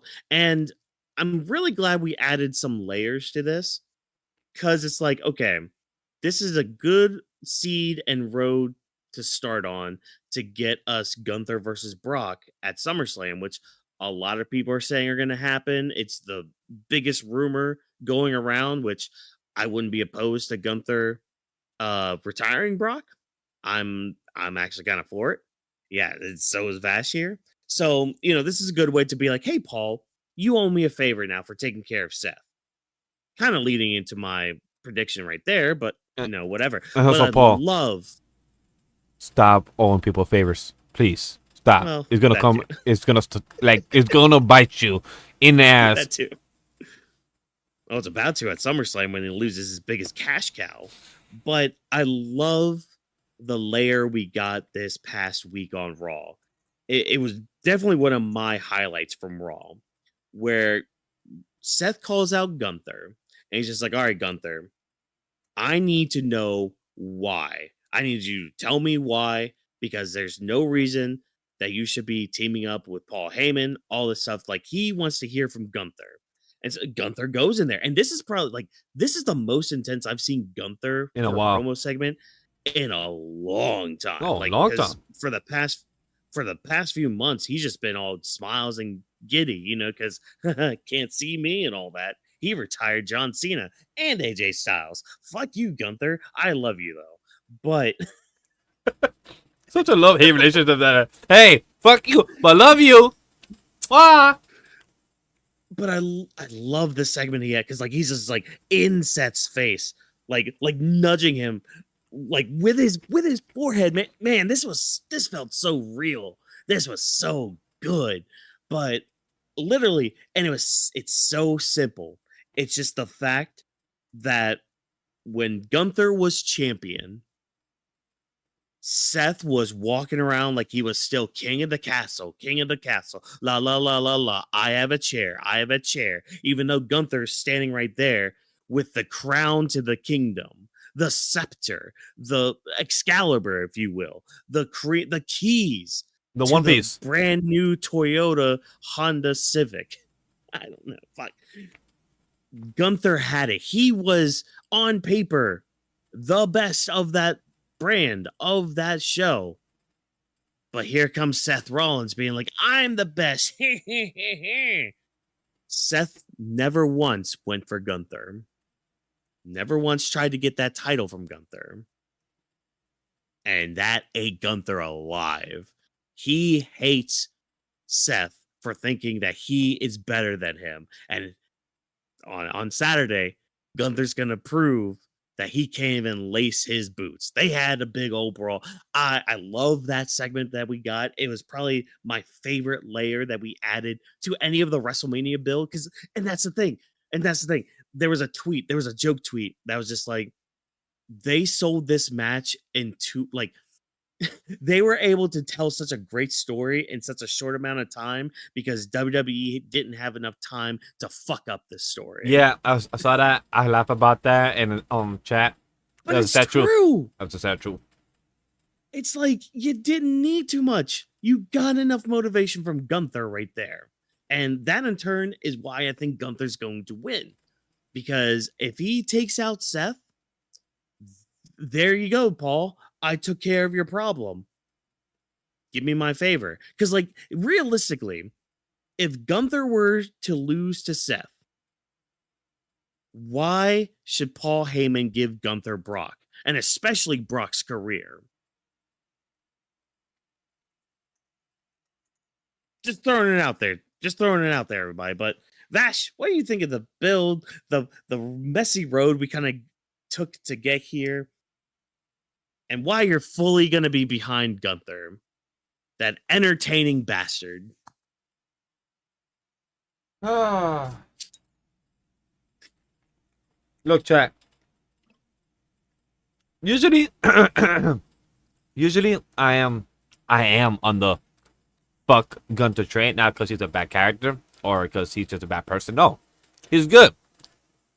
But the reason I say fuck Gunther sometimes because we're supposed to. He is the character. He's the heel. Exactly. He literally says, I ended John Cena's career. I made that guy pap out. I also ended AJ Styles. So, like, we're supposed to dislike him. That's the point.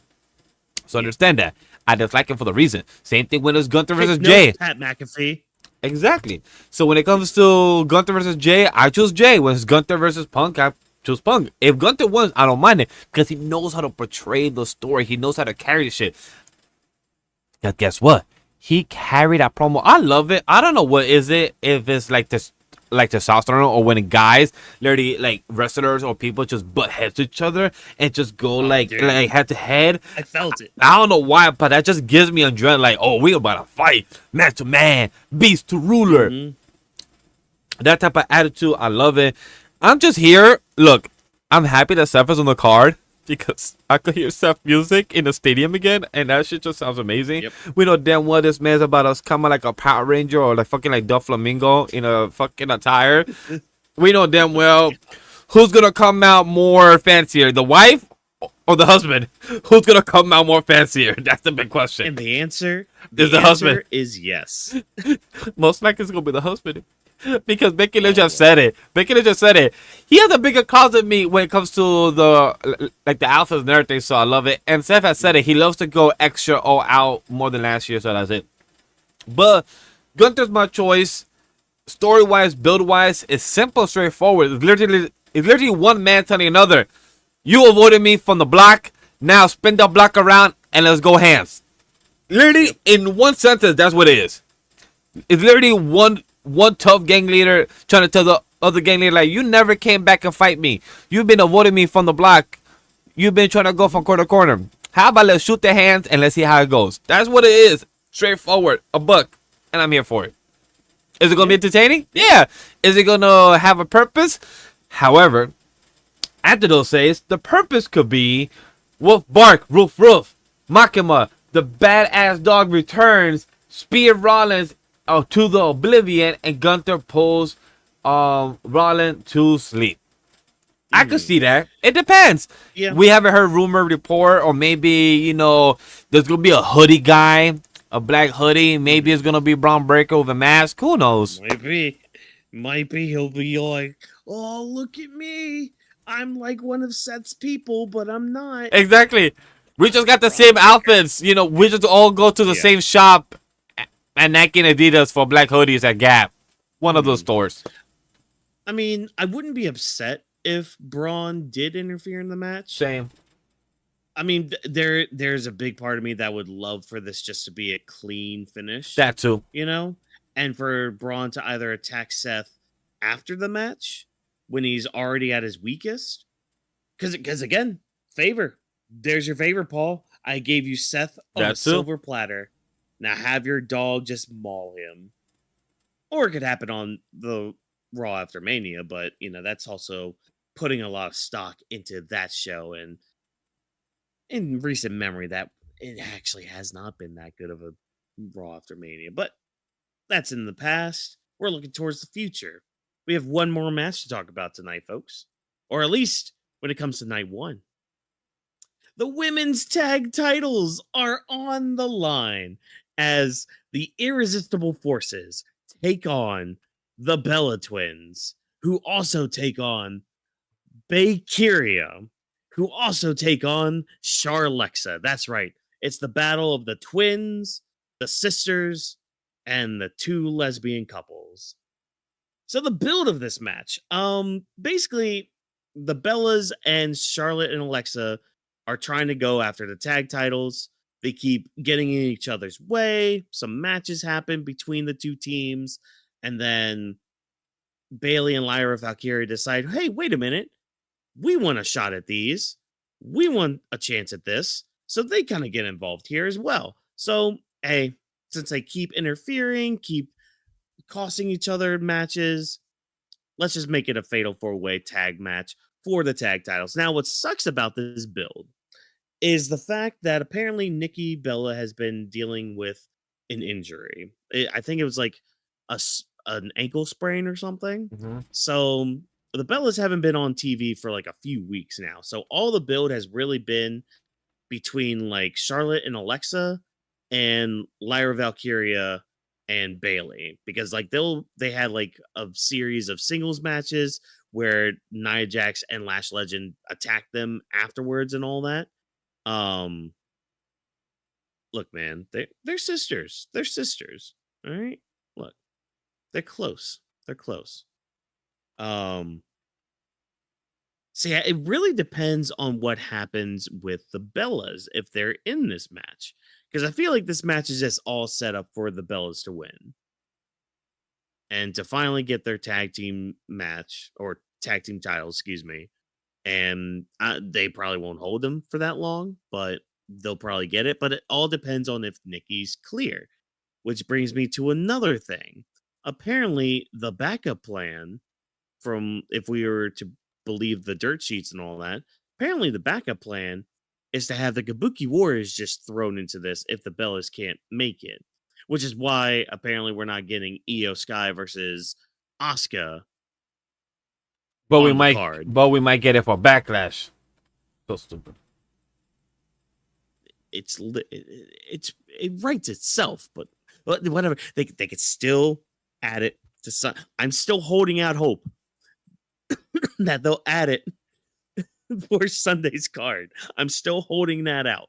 They have a SmackDown and they have a total of 6 hours of pre-show. You could do it. He believes in the heart of the cards. There's time. There's time. I believe in you. But my thing is, why insert the Gabukis in here anyways? The Bellas have barely been part of the build. So if they can't make it, just make it the triple threat match. And then have the Irresistible Forces win if the Bellas can't do that. Because, I mean, just have them keep going on a dominant spree with the tag titles. That's kind of where I'm at. What about you, Vash? What do you think of the build? Winner of this match. You want to read what I wrote? I'll read it. Lash Legend and Nia. Also, I don't give a fuck. I mean, that's kind of my like that's a thing. I only report what I observe. I appreciate you adding the fuck for the tone, because that's exactly how it's like. Out of those 13 beautiful 13 matches, this is the one least I don't give a fuck about, because chat, why do we have a match when most of these girls are mid-carders? Like, look, when it comes to the only actual mid-carders here is Bailey, Vaquer and Charlexa. Like, these are literally top tier high cards. Why do we have them in tag team still? The Charlexa I love because it's been helping them since last year. For Charlotte and Alexa just to be part. I'm happy for the ladies to also be part of WrestleMania. But like, you have the tag team belts, where this is probably the first time I will agree with Walker for the past 2-3 years that he's been saying, you know, just throw the fucking tag titles out of the window. We don't need them. And I've been saying, you know what, maybe we don't. We have potential. We have this. Right now, at this moment, throw that shit out the window. Tag titles are worthless at the moment. We don't need that shit, bro. Like, this is... Not saying the tag titles are being useless, but when we are having Jade with Mitchin and BFAB, and also having being a champion for almost a good 3 to 4 months, and barely have any high-end cards matches with Bailey or Charlexa, you could have had any single title with them, but you only had like two title defense. It's fucking pointless.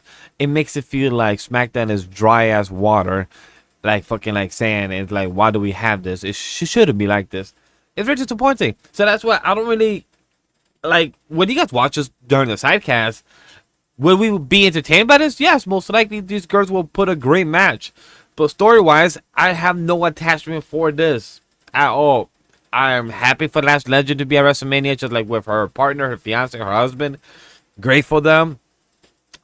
But my guess, Lash Legend / Nia to continue staying as champion, or my second option for Bailey and Lyra Vaquer, because they lost their opportunity last year, so a little redemption arc. But that's all I got. That would be nice. That would be nice for Bailey and Lyra Vaquer. It's just, ever since this match was already being teased and then it was made, I'm like, this is all set up for the Bellas to win. And I feel bad because I feel like Lyra Valkyria and Bailey are there to kind of take the pin for that. I hope not, man, because they deserve better. Yeah. I mean, I'll say this. They've kind of been going on a tear lately, but that's fine. It's all good. I wouldn't be upset if they won. But yeah, if the Bellas are in this, they're probably winning. I'm just gonna rip that band-aid off. Again, a lot of my picks, I try to be balanced because like you gotta take the good with the bad, you know, as everything should be. But we're not talking about the law of equivalent exchange because we're done with night 1. We got 6 matches to talk about, though, in night 2 instead of 7. So let's go ahead and talk about what's going to be starting night 2 of WrestleMania.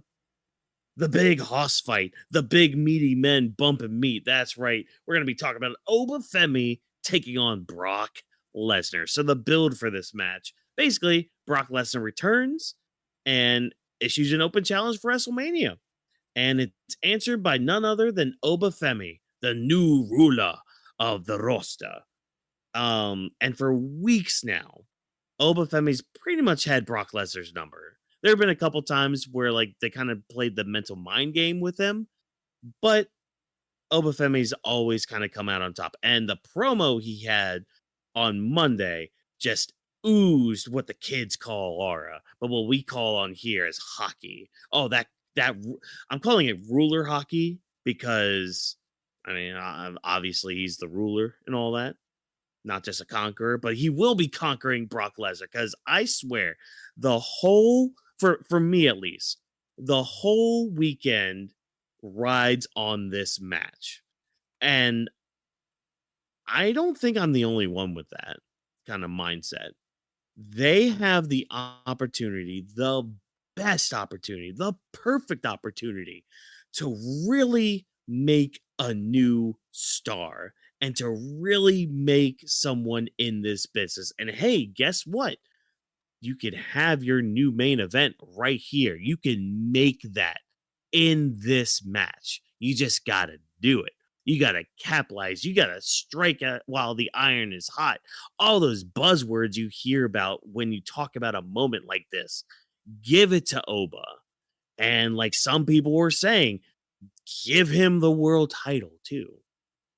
I don't care because he's going to be launched by destroying Brock Lesnar. He's going to prove that he is ready for this. If he didn't already prove that on Monday, Oba Femi needs to win this weekend. Otherwise, WWE, what are you doing? What are you creating? What are you trying to build by having somebody like Oba Femi lose to Brock Lesnar? You gotta capitalize on it now, because if you don't, you're going to lose a lot of people. Oba Femi better fucking win. Just know during the live stream, me and Walkers will probably be standing up and doing our strut. That's literally it. We are looking forward to Oba Femi winning. Oba Femi is winning. I'm gonna repeat as many times as I need to. Oba Femi is winning. Is winning. If I need to do some type of Luigi board, if I need to set up a whole type of circle and do some witchcraft for Oba Femi to win, I will do it if I need to, because Oba Femi has to. That is a must. If Brock Lesnar wins, it's like, bro, you already defeated John Cena. You already defeated John Cena in an 8-minute or 6-minute match. You already did your thing since you came back a couple years ago. We get it. Why do we need you to be Oba Femi? And by the way, congratulations for Oba Femi to literally have a promo this past Monday, literally in the middle of the ring against Paul Heyman, and having your supervisor Adam Pearce and your boss, chief of content Triple H, Hunter, Lesvec right behind you, and literally kick it out of the park so good that everyone was literally loving you and cheering behind you, and literally on the timeline saying how great you did against Paul Heyman. One of the best speakers in promos in TV, Paul Heyman. And I'm just proud of Oba Femi. So I just want to put it out there how great he's been doing over the past couple of weeks and also on the main roster. And he even said it himself, said that you offer a match, I take it. I take it. You want me to defeat your monster? Well, your monster will be slain by the ruler. And he said it. Your monster will be slain by the ruler. And I'm here for it. That's all I got. Yeah, like, you know it, they know it, and on Sunday, your beast will know it. Like, man, he just has it, man. Yeah. You know? And imagine Oba Femi being one of the few people that Gunther can't top. Because, like, we keep talking about, oh, yeah, Gunther can retire Brock at SummerSlam, blah, blah, blah, blah. Imagine the lead up to that, though. Like, the last two guys to face Brock Lesnar face off against each other. Both of them defeating that beast. Femi goes over. And then you could tell like a good long-term story. Because hey, we love our long-term storytelling, right, everybody? Yeah. You know, headlock takedown on Wednesday night. Won you the AEW world title, but that's a whole other story for a whole other Plus, company. talking about long-term storytelling, a big shout out to Antidote. He gave us his step 1, step 2, step 3, step 4 to WrestleMania 43 next year. Step 1 is Oba defeats Brock. Walkers, what's step 2? Oba defeats Reigns at SummerSlam. And part 3, Breaker wins Rumble. Part 4, WrestleMania 43, Oba versus Breaker. Boom. Yeah. I don't mind it. I'm cool with that. Hey, Yeah. I don't mind it as long as there's story and build for it. It just depends how it hits. I feel like Trick versus Oba would hit more because the story behind Oba and Trick, because of them, those two was handling NXT for a good year. So I feel like Braun and Oba, I'm sure, you know, both of them big dudes, beast versus beast in their own route, in their own way. However, story-wise, I feel like Trick and Oba will have a bigger story built for in the future of WrestleMania. Same thing like Trick versus Melo, same thing as well. So overall, Oba will win, and that's what I'm here for. If he loses, just no chat. We're gonna be sour as hell that fucking Friday. I mean that Sunday, that Monday, that Friday, and until it gets fixed. Just be aware. Oh, don't worry. I will be turning the stream off if Oba loses on it'll be a short stream. We'll be able to record Weeb's Lounge that night. Hey, it's meant to happen. Hey Trevor, get on call right now. We're doing this. Oh man. But you know, it's interesting because like we keep saying, oh, he could take the title off of Roman at SummerSlam. Possibly. I'm assuming that's what that meant. But how is Roman gonna get that title? Oh, so from the opening match to the closing match of night 2, we're gonna talk about the main event. The World Heavyweight title. CM Punk taking on Roman Reigns. How did we get to this moment? Well, as we watched in Saudi Arabia, Roman Reigns won the Royal Rumble, and he chose to face CM Punk. Why? Because I hate you. He hates everything about Punk. So we had a few promo battles between the two. They started aiming low with not Paul Heyman, CM Punk basically saying, yeah, I'm going to bury you next to your dead dad. Okay. How do you rebuttal with that, Roman? You're old. That's what sets CM Punk off. Okay, cool. So, a couple more promo battles with the two. Roman not being part of a lot of those, but okay, fine, cool, whatever. We did have a couple beatdown segments, though. Some pull apart brawls where both men put each other through the announce table. And what I'm calling this go home show of Raw, and especially with these two, I'm using these two, their last segment with them, as a good litmus test for media literacy for a lot of people. Because I thought this was really good. This was a really good promo segment. And it was. They had on Monday. It was. Like, because that's the thing. They toned it down. They pulled back a little bit. Because I think both of them realized, look, we just need to be honest with each other. You know, yeah, we both said, oh, we hate each other and all that, but like, let's be honest on why we hate each other. And I really like it because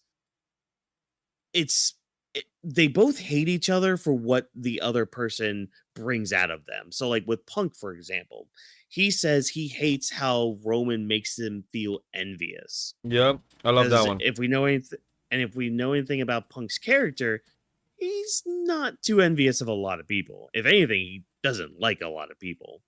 So for him to feel this kind of way towards somebody like Roman, of all people, somebody who's related to The Rock, who ended CM Punk's long title reign, mind you, and the same people who kind of kept Punk down for so many years.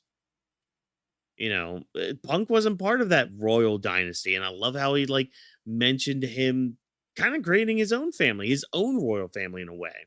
Whereas with Roman, you know, he had everything. He had the family, he had the benefits of all that, of being in a wrestling family. Just the only thing Roman didn't have, which made him envious of Punk, was that connection with the people. How long did it take for Roman Yep. to actually get over with the people? Like, starting to get shoved down our throats, what was it, like 2015 time? Like, late 2014, 2015 time, where the company was shoving Roman down our throats. Nobody wanted any part of Roman Reigns until he came back in 2020 with Paul Heyman and won that title, and we got the bloodline stuff. That's when everyone started to love Roman. It wasn't just like split between the people that thought he was hot and were fans of him to the people that like had a brain and were just like, wait, he's not that good. So Nah. Roman got that. So like I think the build for this has been really good, really playing upon both of their history and why they hate each other, and especially this past week on Raw. So sorry, I need to go on that tangent because like I haven't gotten a chance to like actually kind of like just express how good of a segment that was on Raw. Like it was my standout moment from Monday. It was that fucking good. I would say a big shout out to my coworker. His name is CJ, and we call him the Tribal Chief because he literally has the Tribal Chief look, like the beard cut and everything, and the hair and everything. So we just call him me and my other coworker Russell. We call him I'm Tribal Chief and everything, and it's just fun. He's also a big wrestling fan, and he was the one I was telling you off here that he was also watching wrestling, and I might be going to night 2. So it's just funny how we're talking about night 2 right now and about the match itself. So bringing it up. However, talking about the build, I love what Punk said, because as anybody who's a motherfucker, a hard worker like Punk, that works, grind, hustle, got to where they are just by blood, sweat, and tears.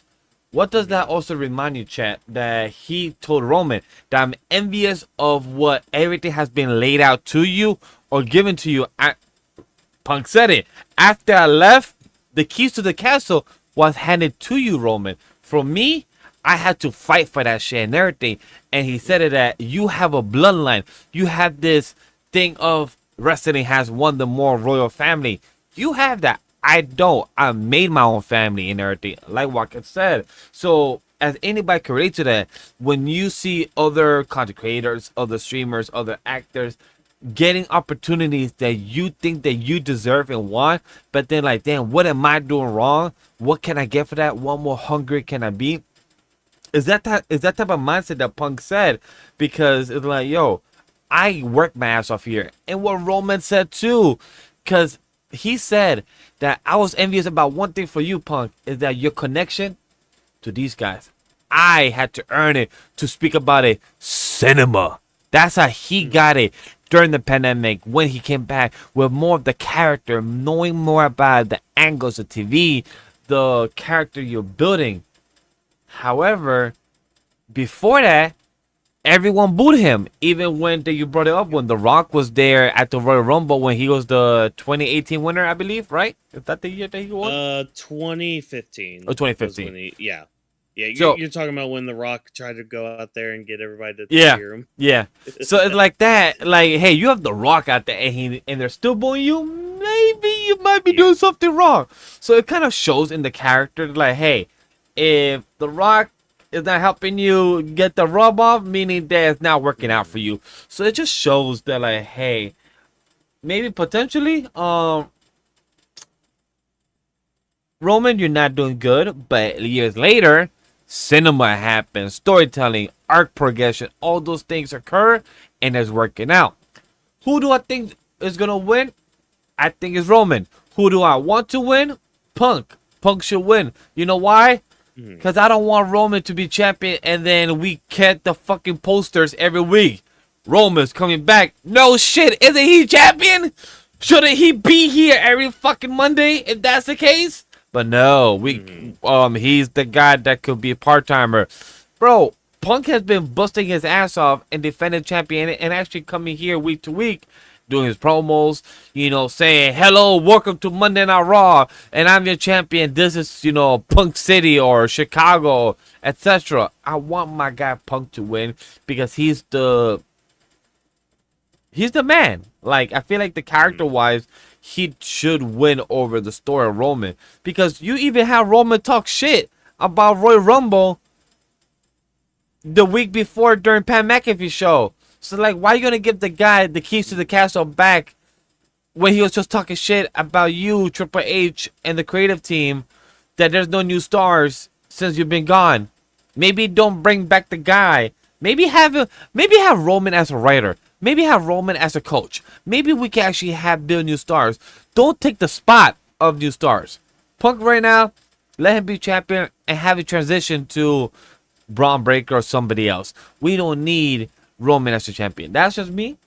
How you feel? Chat, talk to us as well. Oh, no, because you just gave me something that kind of solidifies my pick. Oh boy. Also, did you see Roman's car promo today?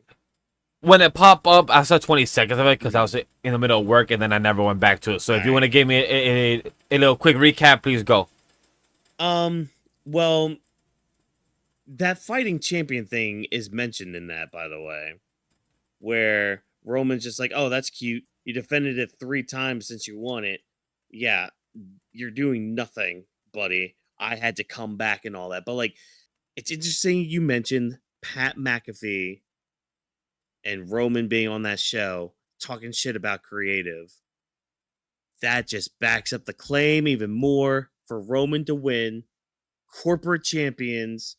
We're about to get 2026 Corporation again.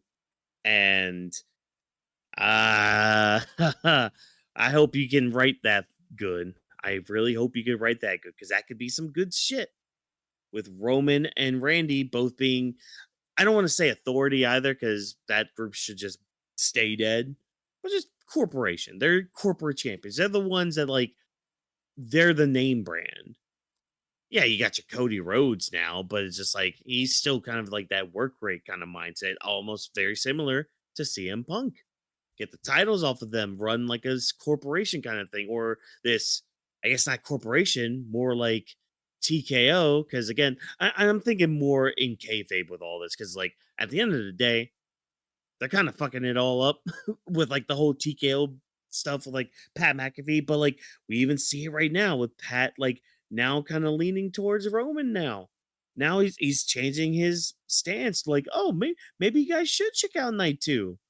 Roman's gonna win the title there, so plus why not watch Night 2? Supposedly, Antidote said that people pointed out that Orton looked like he was in the front seat of the Roman promo.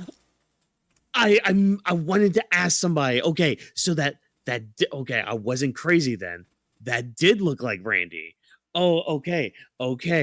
It was the ear for me. It was the ear. No, like it was weird because like I was watching the video. I'm like, that guy's bald. Okay, fine. Kind of got a build like. That's what I was saying. I'm like, for some reason, it was the ear. That's like the ear got you. The ear got you. Yeah, not the head, but the ear. No, it was the ear. It's like the sun. No, the sunlight like was going through it, so you can kind of like see through it and all that. But like it looked like Randy Orton's ear. I'm just like. No. I'm on super sleuth mode right now. I clock your ear right now, Randy. That was you. Oh, you're riding with Roman. What are we cooking right now? Are we actually cooking a decent meal that I can talk about and we can actually have like 2.5+ hour shows again? Instead of the 1.5 being like, oh, yeah, nothing I could really sink my teeth into. No, make my seat. I want to be salivating with the story you tell. Look, if Roman wins, I don't mind, chat. It just depends how it's executed and what's in the long run. Yeah, like, all right, cool. Exactly. Roman, the Superman punch, the spear. He knows how to be a storyteller. He knows how to give the 2.9999999999999 to the second, to the fraction, to the decimal. it's great. But at the end of the day, it depends how we execute it. Again, there's a few matches here in the card of the 13 matches. It's a 50-50. It just depends how it's executed. Who do I want to win? Punk. Yep. I want him to win. Yes, as a joke, he's the fighting champion. He has defended 33 people. But you also have to remember, he technically was supposed to continue this feud with Braun Breaker and a few other Bronson Reed in the division and a few other things. Just things has fallen out. So probably that's why it has been less than more than it was supposed to. But at the end of the day, let's see where it goes. Let's see how we end this main event on Sunday and how we lead off the next 24 hours later and Monday Night Raw, because it's going to be interesting where we go.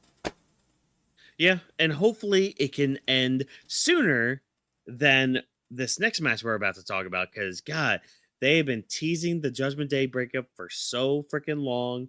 We've been waiting for Finn and Dom to have their match, and we're finally getting it at WrestleMania.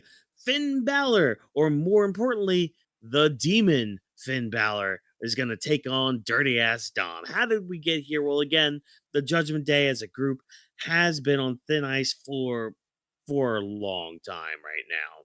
And there's been this power struggle between Liv and Finn, with Dom caught in the middle, because it's like, okay, do I side with my new side chick, or the guy that I called a brother for the better part of a few years now? So who do I really side with? So Dom's been in the middle of all this, but he has been still taking advantage of mainly Liv and trying to usurp Finn in a way as de facto leaders.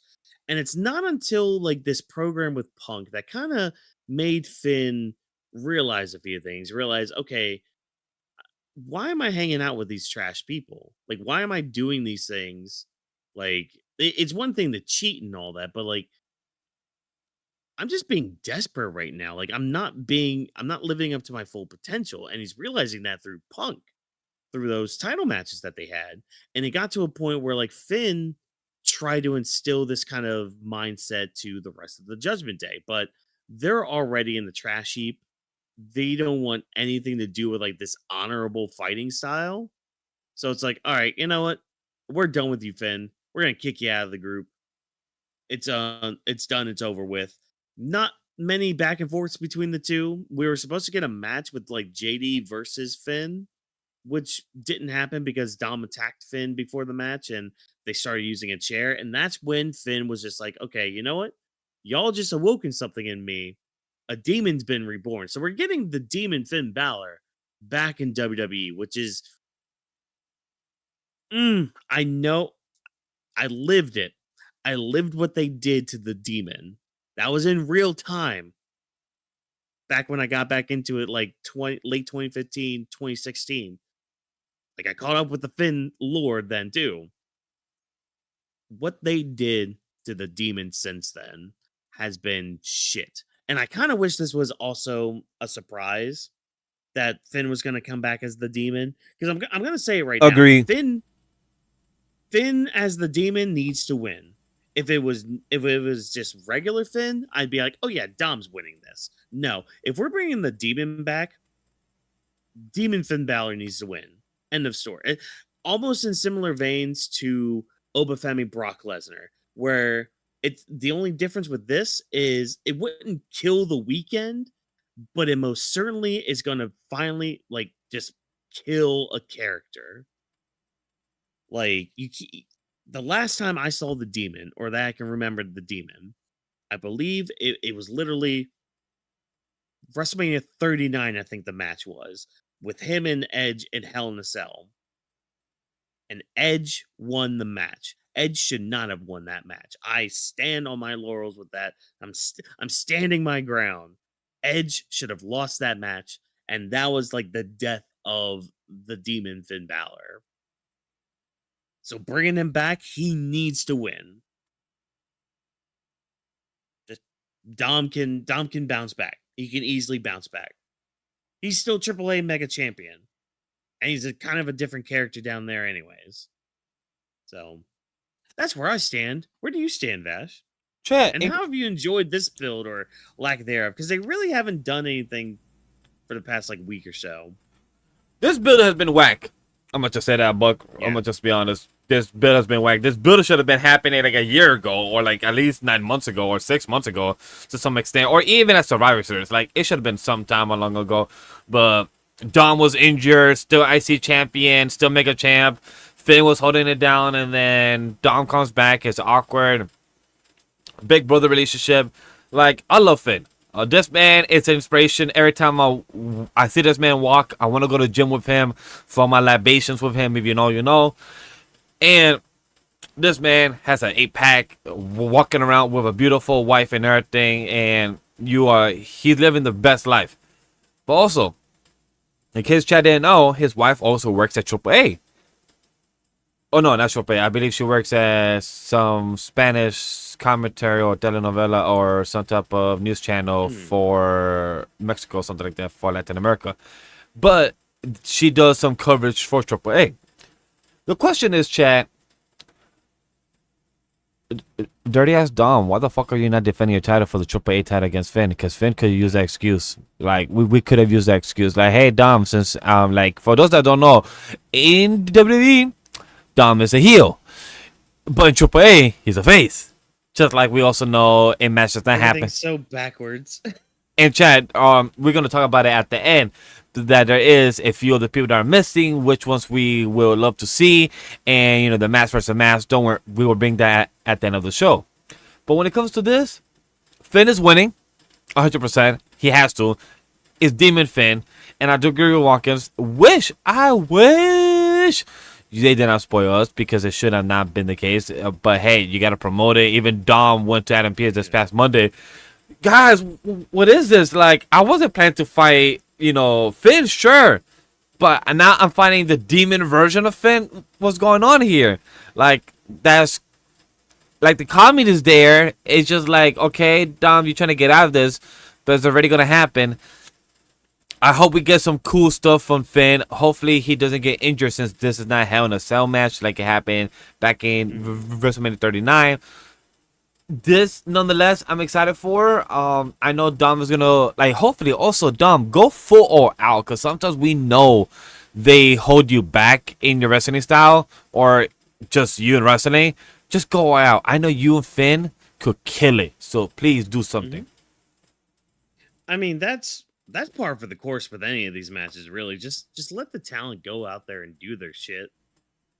Like, just let them be. Let them be. Yep. But, yeah, it should be Demon Finn Balor. We'll have to wait and see with that.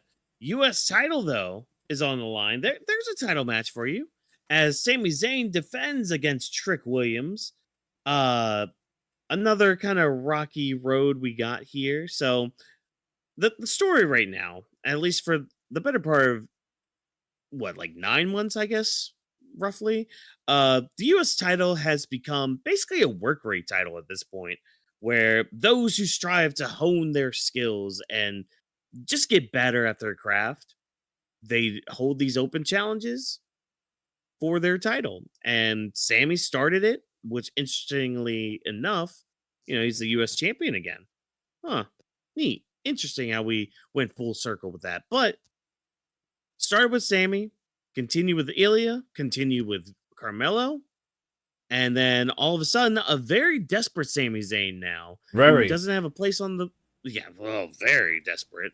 After some, you know, character assassinating moments, but, well, you know... We'll it's just hilarious, chat, when it happened.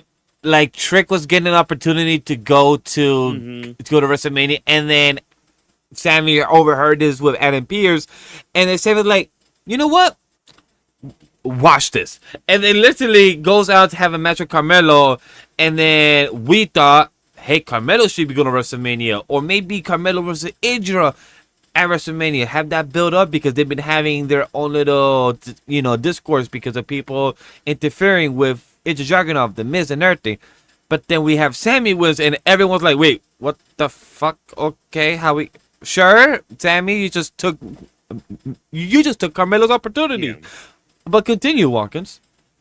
Yeah, I mean, that's basically it. But, like, it wasn't exactly clean either way, because Trick Williams was kind of getting involved too with those matches, which inadvertently did help Sami win. So Sami's been kind of acting heelish, or at least he's taking some of Randy Orton's advice of like listening to some voices, maybe cheating here and there and all that, and it won him a title. It won him a spot on the WrestleMania card. So really, things are looking good for Sami.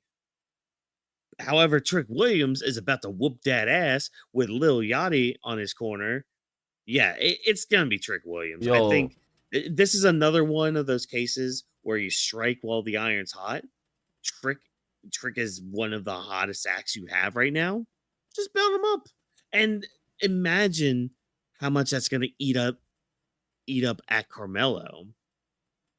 Like, I 'cause, feel there's your big feud right there going to the summer. I feel so bad for Carmelo because he has to work in do SmackDown too. for a year to work and build up organically, but fucking Booker T got Trick so over with the catchphrase and in the commentary. Mhm. Whoop that Trick, and we know that shit's gonna slap in WrestleMania in the stadium with the whole crowd. And him just singing, I bet you Lash Legend will be in the back, so happy for her husband. Like, yes, whoop that Trick. And everything, the comedy, the beautiful aspect. I know Trick is going to be great. And in case anybody don't know, go online. Because guess what? Trick Williams has a diss track of Gingerbread Man with Little Yachty as well. So please go check that out because it's fucking humorous. Because my choice is whoop that Trick. Trick Williams will be whooping that gingerbread ass, whoop that lemon pepper steppers, and become the new champion. Which I would like to add an asterisk. It should have been a fatal 4-way with Carmelo, Trick, Sami, and Ilja Dragunov. That should have been a fatal 4-way for this match. And I think that's what eats me a lot with this match is the fact that out of the people that are involved with like Carmelo, who was involved, and inadvertently Ilya Dragunov, like Dragunov and Carmelo for the better part of the whole time they did those open challenges carried those SmackDowns. Yes. Each one of those 3-hour episodes were made a little better with those open challenges that they had. And you guys are rewarded by not being on the card of the biggest show of the year. Hey. Fuck that noise. What? Fuck that noise. Fuck that noise. Maybe Fuck what that happened noise. 24 hours from now, we just have a SmackDown segment and somehow get Carmelo and Ilja Dragunov added to the match. Maybe, just maybe. We just got to be optimistic that we get something. Optimistic Vash is hoping. And that's what matters. We're hoping. Possibility. First, let's put Io and Asuka on the card, but that's also Hey. kind of in the dark. Maybe we can add people to the match, not create a new one. I feel like creating a new one is a bit harder. Maybe we could just add people in the match. At least we're talking about matches that had good builds. Unless you So are the women's beautiful, bigger, and WWE badder. Women's title as Jade Cargill defends against Rhea Ripley. How the hell did we get here? Well, ladies and gentlemen, Rhea Ripley won the Elimination Chamber and thus the right to face Jade Cargill at WrestleMania. So the feud starts off actually pretty hot on social media. Like these two were going after each other, like to the point where you kind of had the rest of the women's locker room chiming in as well, being like, "Hey, Rhea doesn't talk to management like that. She doesn't talk to creative. You're just a bully." Like it was some shit for like a better part of a week. Then it all started going downhill as the feuds started on Twitter, ended, then it moved to hey, my body's better than yours. No, I'm better than yours. I'm stronger. I'm tougher. Like it started getting to that. So it's just like, okay, you're adding some building blocks. Where are we going with this? Not too far, as Jade ends up getting the help of BFAB and Mitchin, who she had just like destroyed not too long ago. Like they were just feuding not too long ago. Nah, just join up with me. Come on, be my lackeys. Be the ones that face Rhea in matches that just get your asses kicked. That's been the build. But wait, there's more, because since Io Sky's not on the card, she's been relegated to Rhea's sidekick. Hey, gotta beat up my lesbian lover too, because we can't forget about Rio has a couple as well. And we also have to remember that Jade can't speak on the mic, so she's gonna have two goons that she also used to beat up before, but then now has them as her side pieces, as her mouthpieces, which is Mitchin and B-Fab that also got beat up in the backstage, while Io got beat up in the middle of the ring and took a first pin from Jade this past last week Friday. Yeah. I mean, it should be Rhea taking the title off of Jade just to save us from that. Please do. I'm okay with that. I don't think they're gonna do it. I don't. They shouldn't wait. Do it. Don't wait for Bianca no more. Yeah, I've been waiting for Bianca for almost 9 months, and I'm sorry, chat, and I'm sorry, fans, and I'm sorry to the Jade fans. Trust me, I love Jade too. My wife loves Jade. She is an amazing woman. She is gorgeous, of a body of a goddess and everything. She looks good in her Storm cosplays and everything when she does. Whatever we hear backstage, whatever a 2-week confirmation or more information, great. Until then, Jade as a champion, stale as fuck, no character. Yeah, that's all I got for that. Rhea, she's mommy. Give her title. Just give her the title back, because Jade could just reform herself, take a month off after you took the L, come back in June in Backlash, and then let's reinvent the character, or let's have a break where people could just come down from you. Because right now, no defense, no title defense, and nothing. Rhea, I think you should just take the W, and Jade, restart. Yeah. I mean, I feel you. I do. But I do think Jade is going to retain. Antidote, why do we need to wait for Bianca? How long? Her damn finger's still broken. We have no update. See, this goes in line with my prediction. Long-term story I think booking? Bianca comes back. No, I think Bianca comes back this weekend. If she does, please, add some flavor. If she doesn't, if there is no Bianca tease or nothing. Excuse me. Ooh, I should have controlled that one. No.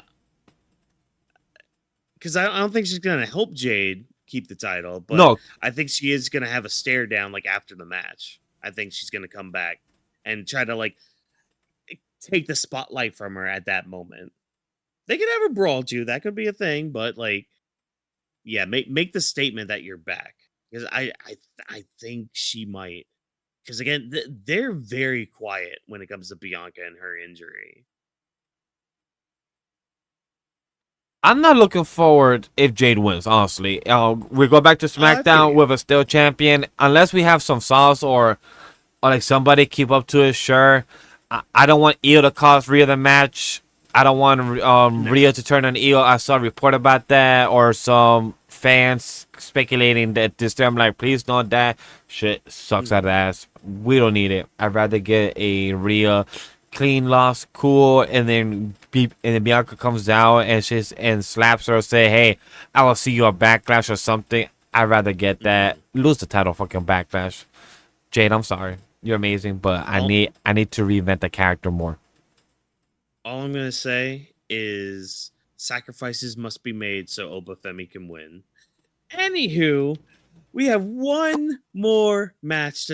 We have one more match, just one more. And guess what? The build's simple. It's for the IC title. It's a ladder match as Penta defends against Javon Evans, Dragon Lee, JD McDonagh, Rusev, and Rey Mysterio. Y'all want to know what the build is for this? I'm going to read this verbatim as I wrote it. Penta has IC title. Penta has cero miedo. Penta likes ladders. Penta calls for ladder match. JD McDonagh, Rusev, Dragon Lee, and Javon Evans win qualifying matches, quote unquote, on main event to enter match. Rey Mysterio returns and tells Penta, "Lol, Gunther? Nah, that doesn't work for me, hermano. Our rib injury? What's that taste like? I'm in a ladder match." That's your build. Here's our WrestleMania ladder match. It's probably gonna be Penta. If there's a second choice, it would be Javon because he's also pretty hot right now. But it's gonna be Penta. He laid down the challenge. My choice is Penta That would too, just chat. be silly. Is Penta. It's Cero Miedo. Even Antidote says agree as well. Like, it literally is Cero Miedo.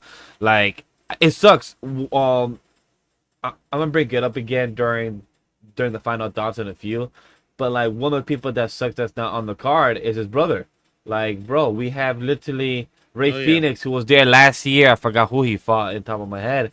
But we don't have fucking, like, oh my God, poor Ray Phoenix. If Pretty sure that was the El Grande match you were thinking of. Most likely, if only Ray Phoenix, if he didn't have a catchphrase, he would have been over in W, because with Penta, Cero Miedo, the Pyro and everything, all that's missing is with Ray Phoenix on Pyro and the catchphrase, and then we almost got perfectness. But my second choice is also Javon Evans. Other than that, Ray Mysterio, I don't know why you got added. Rusev and Rusev is gonna be Rusev. I'll be shocked if Rusev is my dark horse and he wins, because he wants to get a belt match. And JD, you're gonna be doing some great fucking sells. I know you're gonna be doing some like, this is the ladder match. Remember, chat, ladder match. How's he gonna climb the ladder with his big head? I bet you this man's gonna fall off the ladder and Rusev or somebody's gonna do a move on him. Like, I know that Oh, yeah. like, that has to be a spot. And most likely Penta and Rey Mysterio will do something, and Javon Evans is gonna do like a cutter on like 2 or 3 ladders on top of each other somehow. Mm-hmm. Yeah. Yeah. Nothing else to add to that. So with that being said, chat, I mean, it's gonna be a train wreck of a match. oh hell yeah. That I'm excited for. But Hey, yeah. I think this is a perfect segue transition to talk about our final thoughts and outro. Meaning, what are the things that we didn't say at the start of the show that I know Walker's probably say, hey, maybe let's talk about at the end. What are the characters or wrestlers that we wish were on the card? AKA Ray Phoenix, Carmelo Hayes, Asuka, Raquel, Tiffany Stratton, Ilja Dragunov, and Julia, who's having a match tomorrow with Tiffany Stratton on WrestleMania weekend, but it's not on WrestleMania weekend like itself, like the actual card. It's on the SmackDown, aka the pre-show of the pre-show. Of the pre-show. Yeah, the pre-show of the pre-show. No, it's the pre-show for the Hall of Fame ceremony. Oh my God. Look, chat. Oh, shit. I am happy for all the people on the card, but to not have Ray Phoenix, like, I see Chad saying that Ray Phoenix should go back to All Elite. Ray Phoenix is doing good because, like, at least he's on WWE, he's been on TV. But even Kenneth LeRae, her comment when she was speaking to Fraxium, and then she looked at Ray Phoenix and just said the simplest question: why are you here? But She literally just straight asking, like, why are you here with all these other people? AKA Fraxium. Not on WrestleMania card either. Where the fuck is the Street Profits? Where the fuck is Motor City Machine Gun? Because one of the members of Motor City Machine Gun is hanging out with Johnny Gargano. I forget his name. I think it's Alex that was hanging out with Johnny, or oh yeah.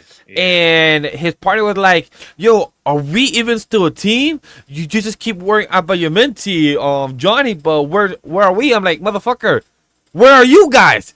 We've been asking that too. Oh, they were wrestling on YouTube today. Yeah. Them and Fraxium. Wait, what? At I think it was Fraxium. Oh yeah, on Worst Collide, I heard, WWE right? World, yeah. Well, it was WWE Worlds, like their Fanatics event or whatever Yeah. it is. Yeah, because Tatum Paxley was also on the card against Alpha Fire. Yes, defending her title. I There's another saw match that. I can't think of right now. defending the NXT North American title versus Alpha 5, which I was so confused. I'm like, wait a minute. Yeah. We're having matches on the event now, but not on the pre-show of WrestleMania. I mean, it's like a convention. Yeah, like a convention. I've seen that happen a few times, but still, like, great for them. But on the card would be awesome to see that as a pre-show. You have a 3-hour pre-show. Exactly. Why not still use that? But hey, it sucked for the Street Profits because the last time we saw them was during Royal Rumble weekend or during Elimination Chamber weekend where they was doing an NXT house show, chat. It's like, come on. What the fuck? Yeah. So, but no, I mean, we talked about the builds. We talked about just WrestleMania as a whole. I think, what was it? I forgot what interview he was in, but it was Cody that said something like this, where it's just like, apparently he made a comment about like how this might be a sleeper WrestleMania for a lot of people, and I think I kind of see the truth in his comments there, because like on paper, looking at some of these matches, we're in for a good weekend of some action. I mean, again, as long as WWE lets their talent go out there and just work, like do your shit. Like, you know, we joke about the ladder match, but that again is going to be a car crash of a match. Let's see. I'm just going up the list right now with it. I mean, Sami versus Trick, that's going to be really good. Yep. Balor versus Dom can be good. The storytelling that they're going to be doing with Punk and Roman, that's top tier stuff right there. I'll argue with. They have the chance with Femi and Brock. And I mean, all the stuff from night one too. Like, again, Gunther, Seth, Jacob, and Drew all have potential to be really damn good. Some stinkers too, and some questionable ways to get to things, or where they could end. Like, the main event of night one with Cody and Randy. That's gonna have a lot of questions and a lot of microscopes looking at it. But yeah, I mean, again, I think on paper we're in for a good weekend of just WWE goodness, and I'm here for it. Even with the lackluster build, it kind of felt like there are some hidden gems within this build to WrestleMania, but we'll have to wait and see what happens. Again, it could all crumble if Femi loses. They could have every good thing happen. But if Femi loses, it's done. We're done. I'm done. That's the one strike for me. It's That's like you, Vash. it's like chat. Everything else, whatever happens, is what it is. But Femi has to win against Brock, destroy him, like literally handle those F5 like it's nothing, walk it off. Like, yes, you got hit by the F5, boom, get up, be like, let's go once more, and then you throw him or something. Like, I want to go man versus beast, ruler versus beast, be the David versus Goliath, but it's gonna be Goliath versus Goliath. Like, I want to see mayhem, and I want to hear the IC title match. I'm excited for. I just feel more bad for the players that we couldn't get. Like I said, Raquel and the Street Profits. Like, we had a beautiful ladder match last year, the month after WrestleMania, or like 2 weeks after WrestleMania, and many fans were like, why do we have this on the card? This could have been better than the one of like 3 other matches that we could have, taken out, swap out. The ladder match could have been here. So at least we have a ladder match of the IC title and everything. But the card is going to be fun. Supposedly, Cody Rhodes is saying that there's going to be a sleeper. So let's see how we feel, chat. If it's actually going to be a good WrestleMania weekend, and we're going to be surprised. Are we going to be detained and be told by Triple H, be detained and shut the fuck up? Or are we going to be detained and they're going to talk our shit and be honest, and maybe we're going to have our faces shown on Raw after Mania, or Raw or SmackDown after Mania, and have our faces on the show and be like, oh my god, that's us on screen, like a few other content creators were. Who knows? Only time will tell. Maybe Walker's might have a crash out if I'm a couple seconds ahead and I say who wins, and he'll be like, you motherfucker, fuck this shit. We're gonna time it better this time. Trust me. I have a plan. I have a plan. If I am ahead of the Femi match and then I say Femi win, he'll be like, you know what? I'm good. That's one. No, it'll be even worse if he loses. And I tell you, second ahead, Brock won. You'll I'll be like, turn what? on Fortnite. I'll fucking turn on Fortnite. I'll just start fucking playing Fortnite. That'd be crazy. I'll be like, hey, Chad, tune in on Twitch right now. We're playing Fortnite at the same time as watching the PLE. That'd be funny. The story of WrestleMania 42 will be the show of moments or a show of landscape changing events and results. That's a good way. Yep, that's a good way to end the show. Of landscape changing events or results. It'll be like the timeline is changing from a doomsday, or it could be across or into the Spider-Verse. Sorry, Chad, I tried. What? I'm just sitting here like, what is he going with this? What? I was trying to go with like some multi references of the Doomsday stuff that happened today and the Spider-Verse stuff that happened 2 days ago within the landscape of changing. Like, you know how The Rock is also rumored to show up this weekend too. So, changing the hierarchy of, yeah. I also saw that rumor report this a day or two ago saying that The Rock may show up this weekend. I'm like, yeah, okay, sure. If it does, all right, let's do this. So he can show up for his cousin, but can't show up for the story that he's actually part of last year. I can't. Hey. Aliens. Somebody destroy the heart of Tafiti, or whatever the fuck. Look, Chad. Down with Maui. Other than that, you're welcome. Go watch Moana 2 live action or Moana 1, I don't know. Maybe, or go see the actual sequel. It did good. Or watch the actual good sequel, Zootopia 2. We talk about it in Weeps Lounge. Talking about shows. The end of the show. We're reviewing that this week. All right, fine. I guess I'll watch it in between my wrestling. Other than that show, this is the end of Weeps of the Ring, and it's time for promo talk.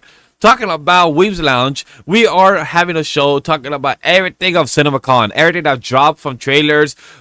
The Mandalorian or Grogu, talking about Doomsday, talking about Transformers is having an actual movie next. What else that happened today? Disney has so much money saying that, hey, since you want to sell our IMAX on Dune, we're going to make our own thing and call it Infinity Vision. They got money to do whatever the fuck they want. But one of the best news, one of the best things I'm happy about, Chad, for anybody that is blind and has glasses, instead of wearing 2 glasses, we're going to have glasses on top because of 3D. That's one of the best fucking news I saw this whole week. And I'm like, you should have done this like 10 years ago, you motherfuckers. But thank you for finally doing it. The clip-on. The clip-on 3D glasses. Thank you. Oh, clip-on 3D yeah, glasses. Okay, I see yeah. The clip-on real 3D glasses. That's the one thing I'm happy about. So, chat, if you want to hear that, go check out Weeps Lounge episode 223. Yay! Look at that. We're almost on neck to neck with Weeps of the Ring. Maybe of us taking a month break, we almost caught up to the same numbers. Yay! Other than that, we have Off the Bench. I'm not on it, but you'll be hearing Memory NK and Mega Grev talking about spring anime, and then after that, Shonen Ronin will be coming back the end of this month. Other than that, that's all I got for promos. Somehow, some way. Yes. Palpatine will return. And not under unlock. Alien Headbutt will not be canceled. Let's be positive about that. Thank you. Let's hope. Let's be hopeful. Walkers, did I miss any other promos? Because I know you want to promote some of your solo content and manga reviews and everything, right? I mean, y'all can see it on my shorts. All those links are in the description below. Check those out. It's a great time. It's a great fun time. And hopefully we have a great fun time this weekend. And maybe you can join us in having a great fun time, because we will be sidecasting this weekend. Both nights of WrestleMania will have.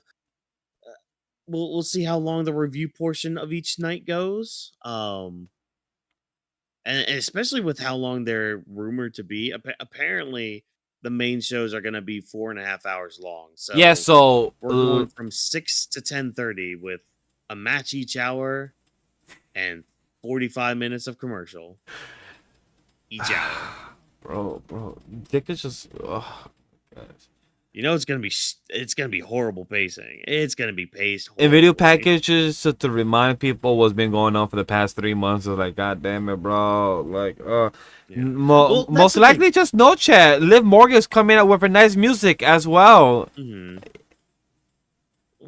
Why would you remind me of that bullshit? No, but see, that's the thing. At least WWE production can make those weeks of just pain and torture to get through a 3-hour fucking SmackDown every week. At least those promo packages will be worth it. Yeah. Because at least they can produce some good content that way. Just produce some good matches. That's all I ask for. But that's all I have to say. That's all Vash has to say. That's all Sydney has to say, too. She might be falling asleep for the past 2 hours, but it's fine. It's good. She's a good girl and all that. But she also needs to go outside. So we need to end the show here and now. So thank you, everyone, for joining us on this lovely, lovely Thursday evening. Again, join us this weekend for WrestleMania. But thank you for taking time out of your day to listen to the Weeps of the Ring podcast. If you enjoyed what we had to say, do everything that Vash told you to do. All those descriptions, all those links are in the description below. I did that the other night too. I mixed description and link in my outro. I'm just like, what the fuck is wrong with you? Come on. Tongue twister. Down in the description. Yeah, exactly. Also, be sure to interact with us on social media. We're known as Weaves of the Ring on all those social media platforms. As I smacked my mic away. See, this is just the end of the stream right here. You know, all these crazy things happen at the end of the stream. That's what happens, folks. It's what happens all the time. Anyways, Weaves of the Ring on all social media platforms. Use the hashtag Weaves of the Ring to interact with us before, during, or after these shows. It's also a great way to give us feedback because we're nothing without you guys tuning in, and we're going to continue to up our game. We're going to be more consistent with these review shows. They might end up being a little different. Maybe we can have some more fun with it because at the end of the day, wrestling should be fun. I did have So let's fun have with fun together. our version this past Monday. I had a good time with our version this past Monday. It was more like free form type of balance and everything, so it was fun. Mm-hmm. Yep. So, without further ado, thank you once again for joining us. And remember, as always, no stunt grannies were harmed in the recording of this podcast. Have a lovely day, afternoon, morning, evening. We'll see you this weekend for WrestleMania 42. Point at your WrestleMania sign. For us, it's in the back.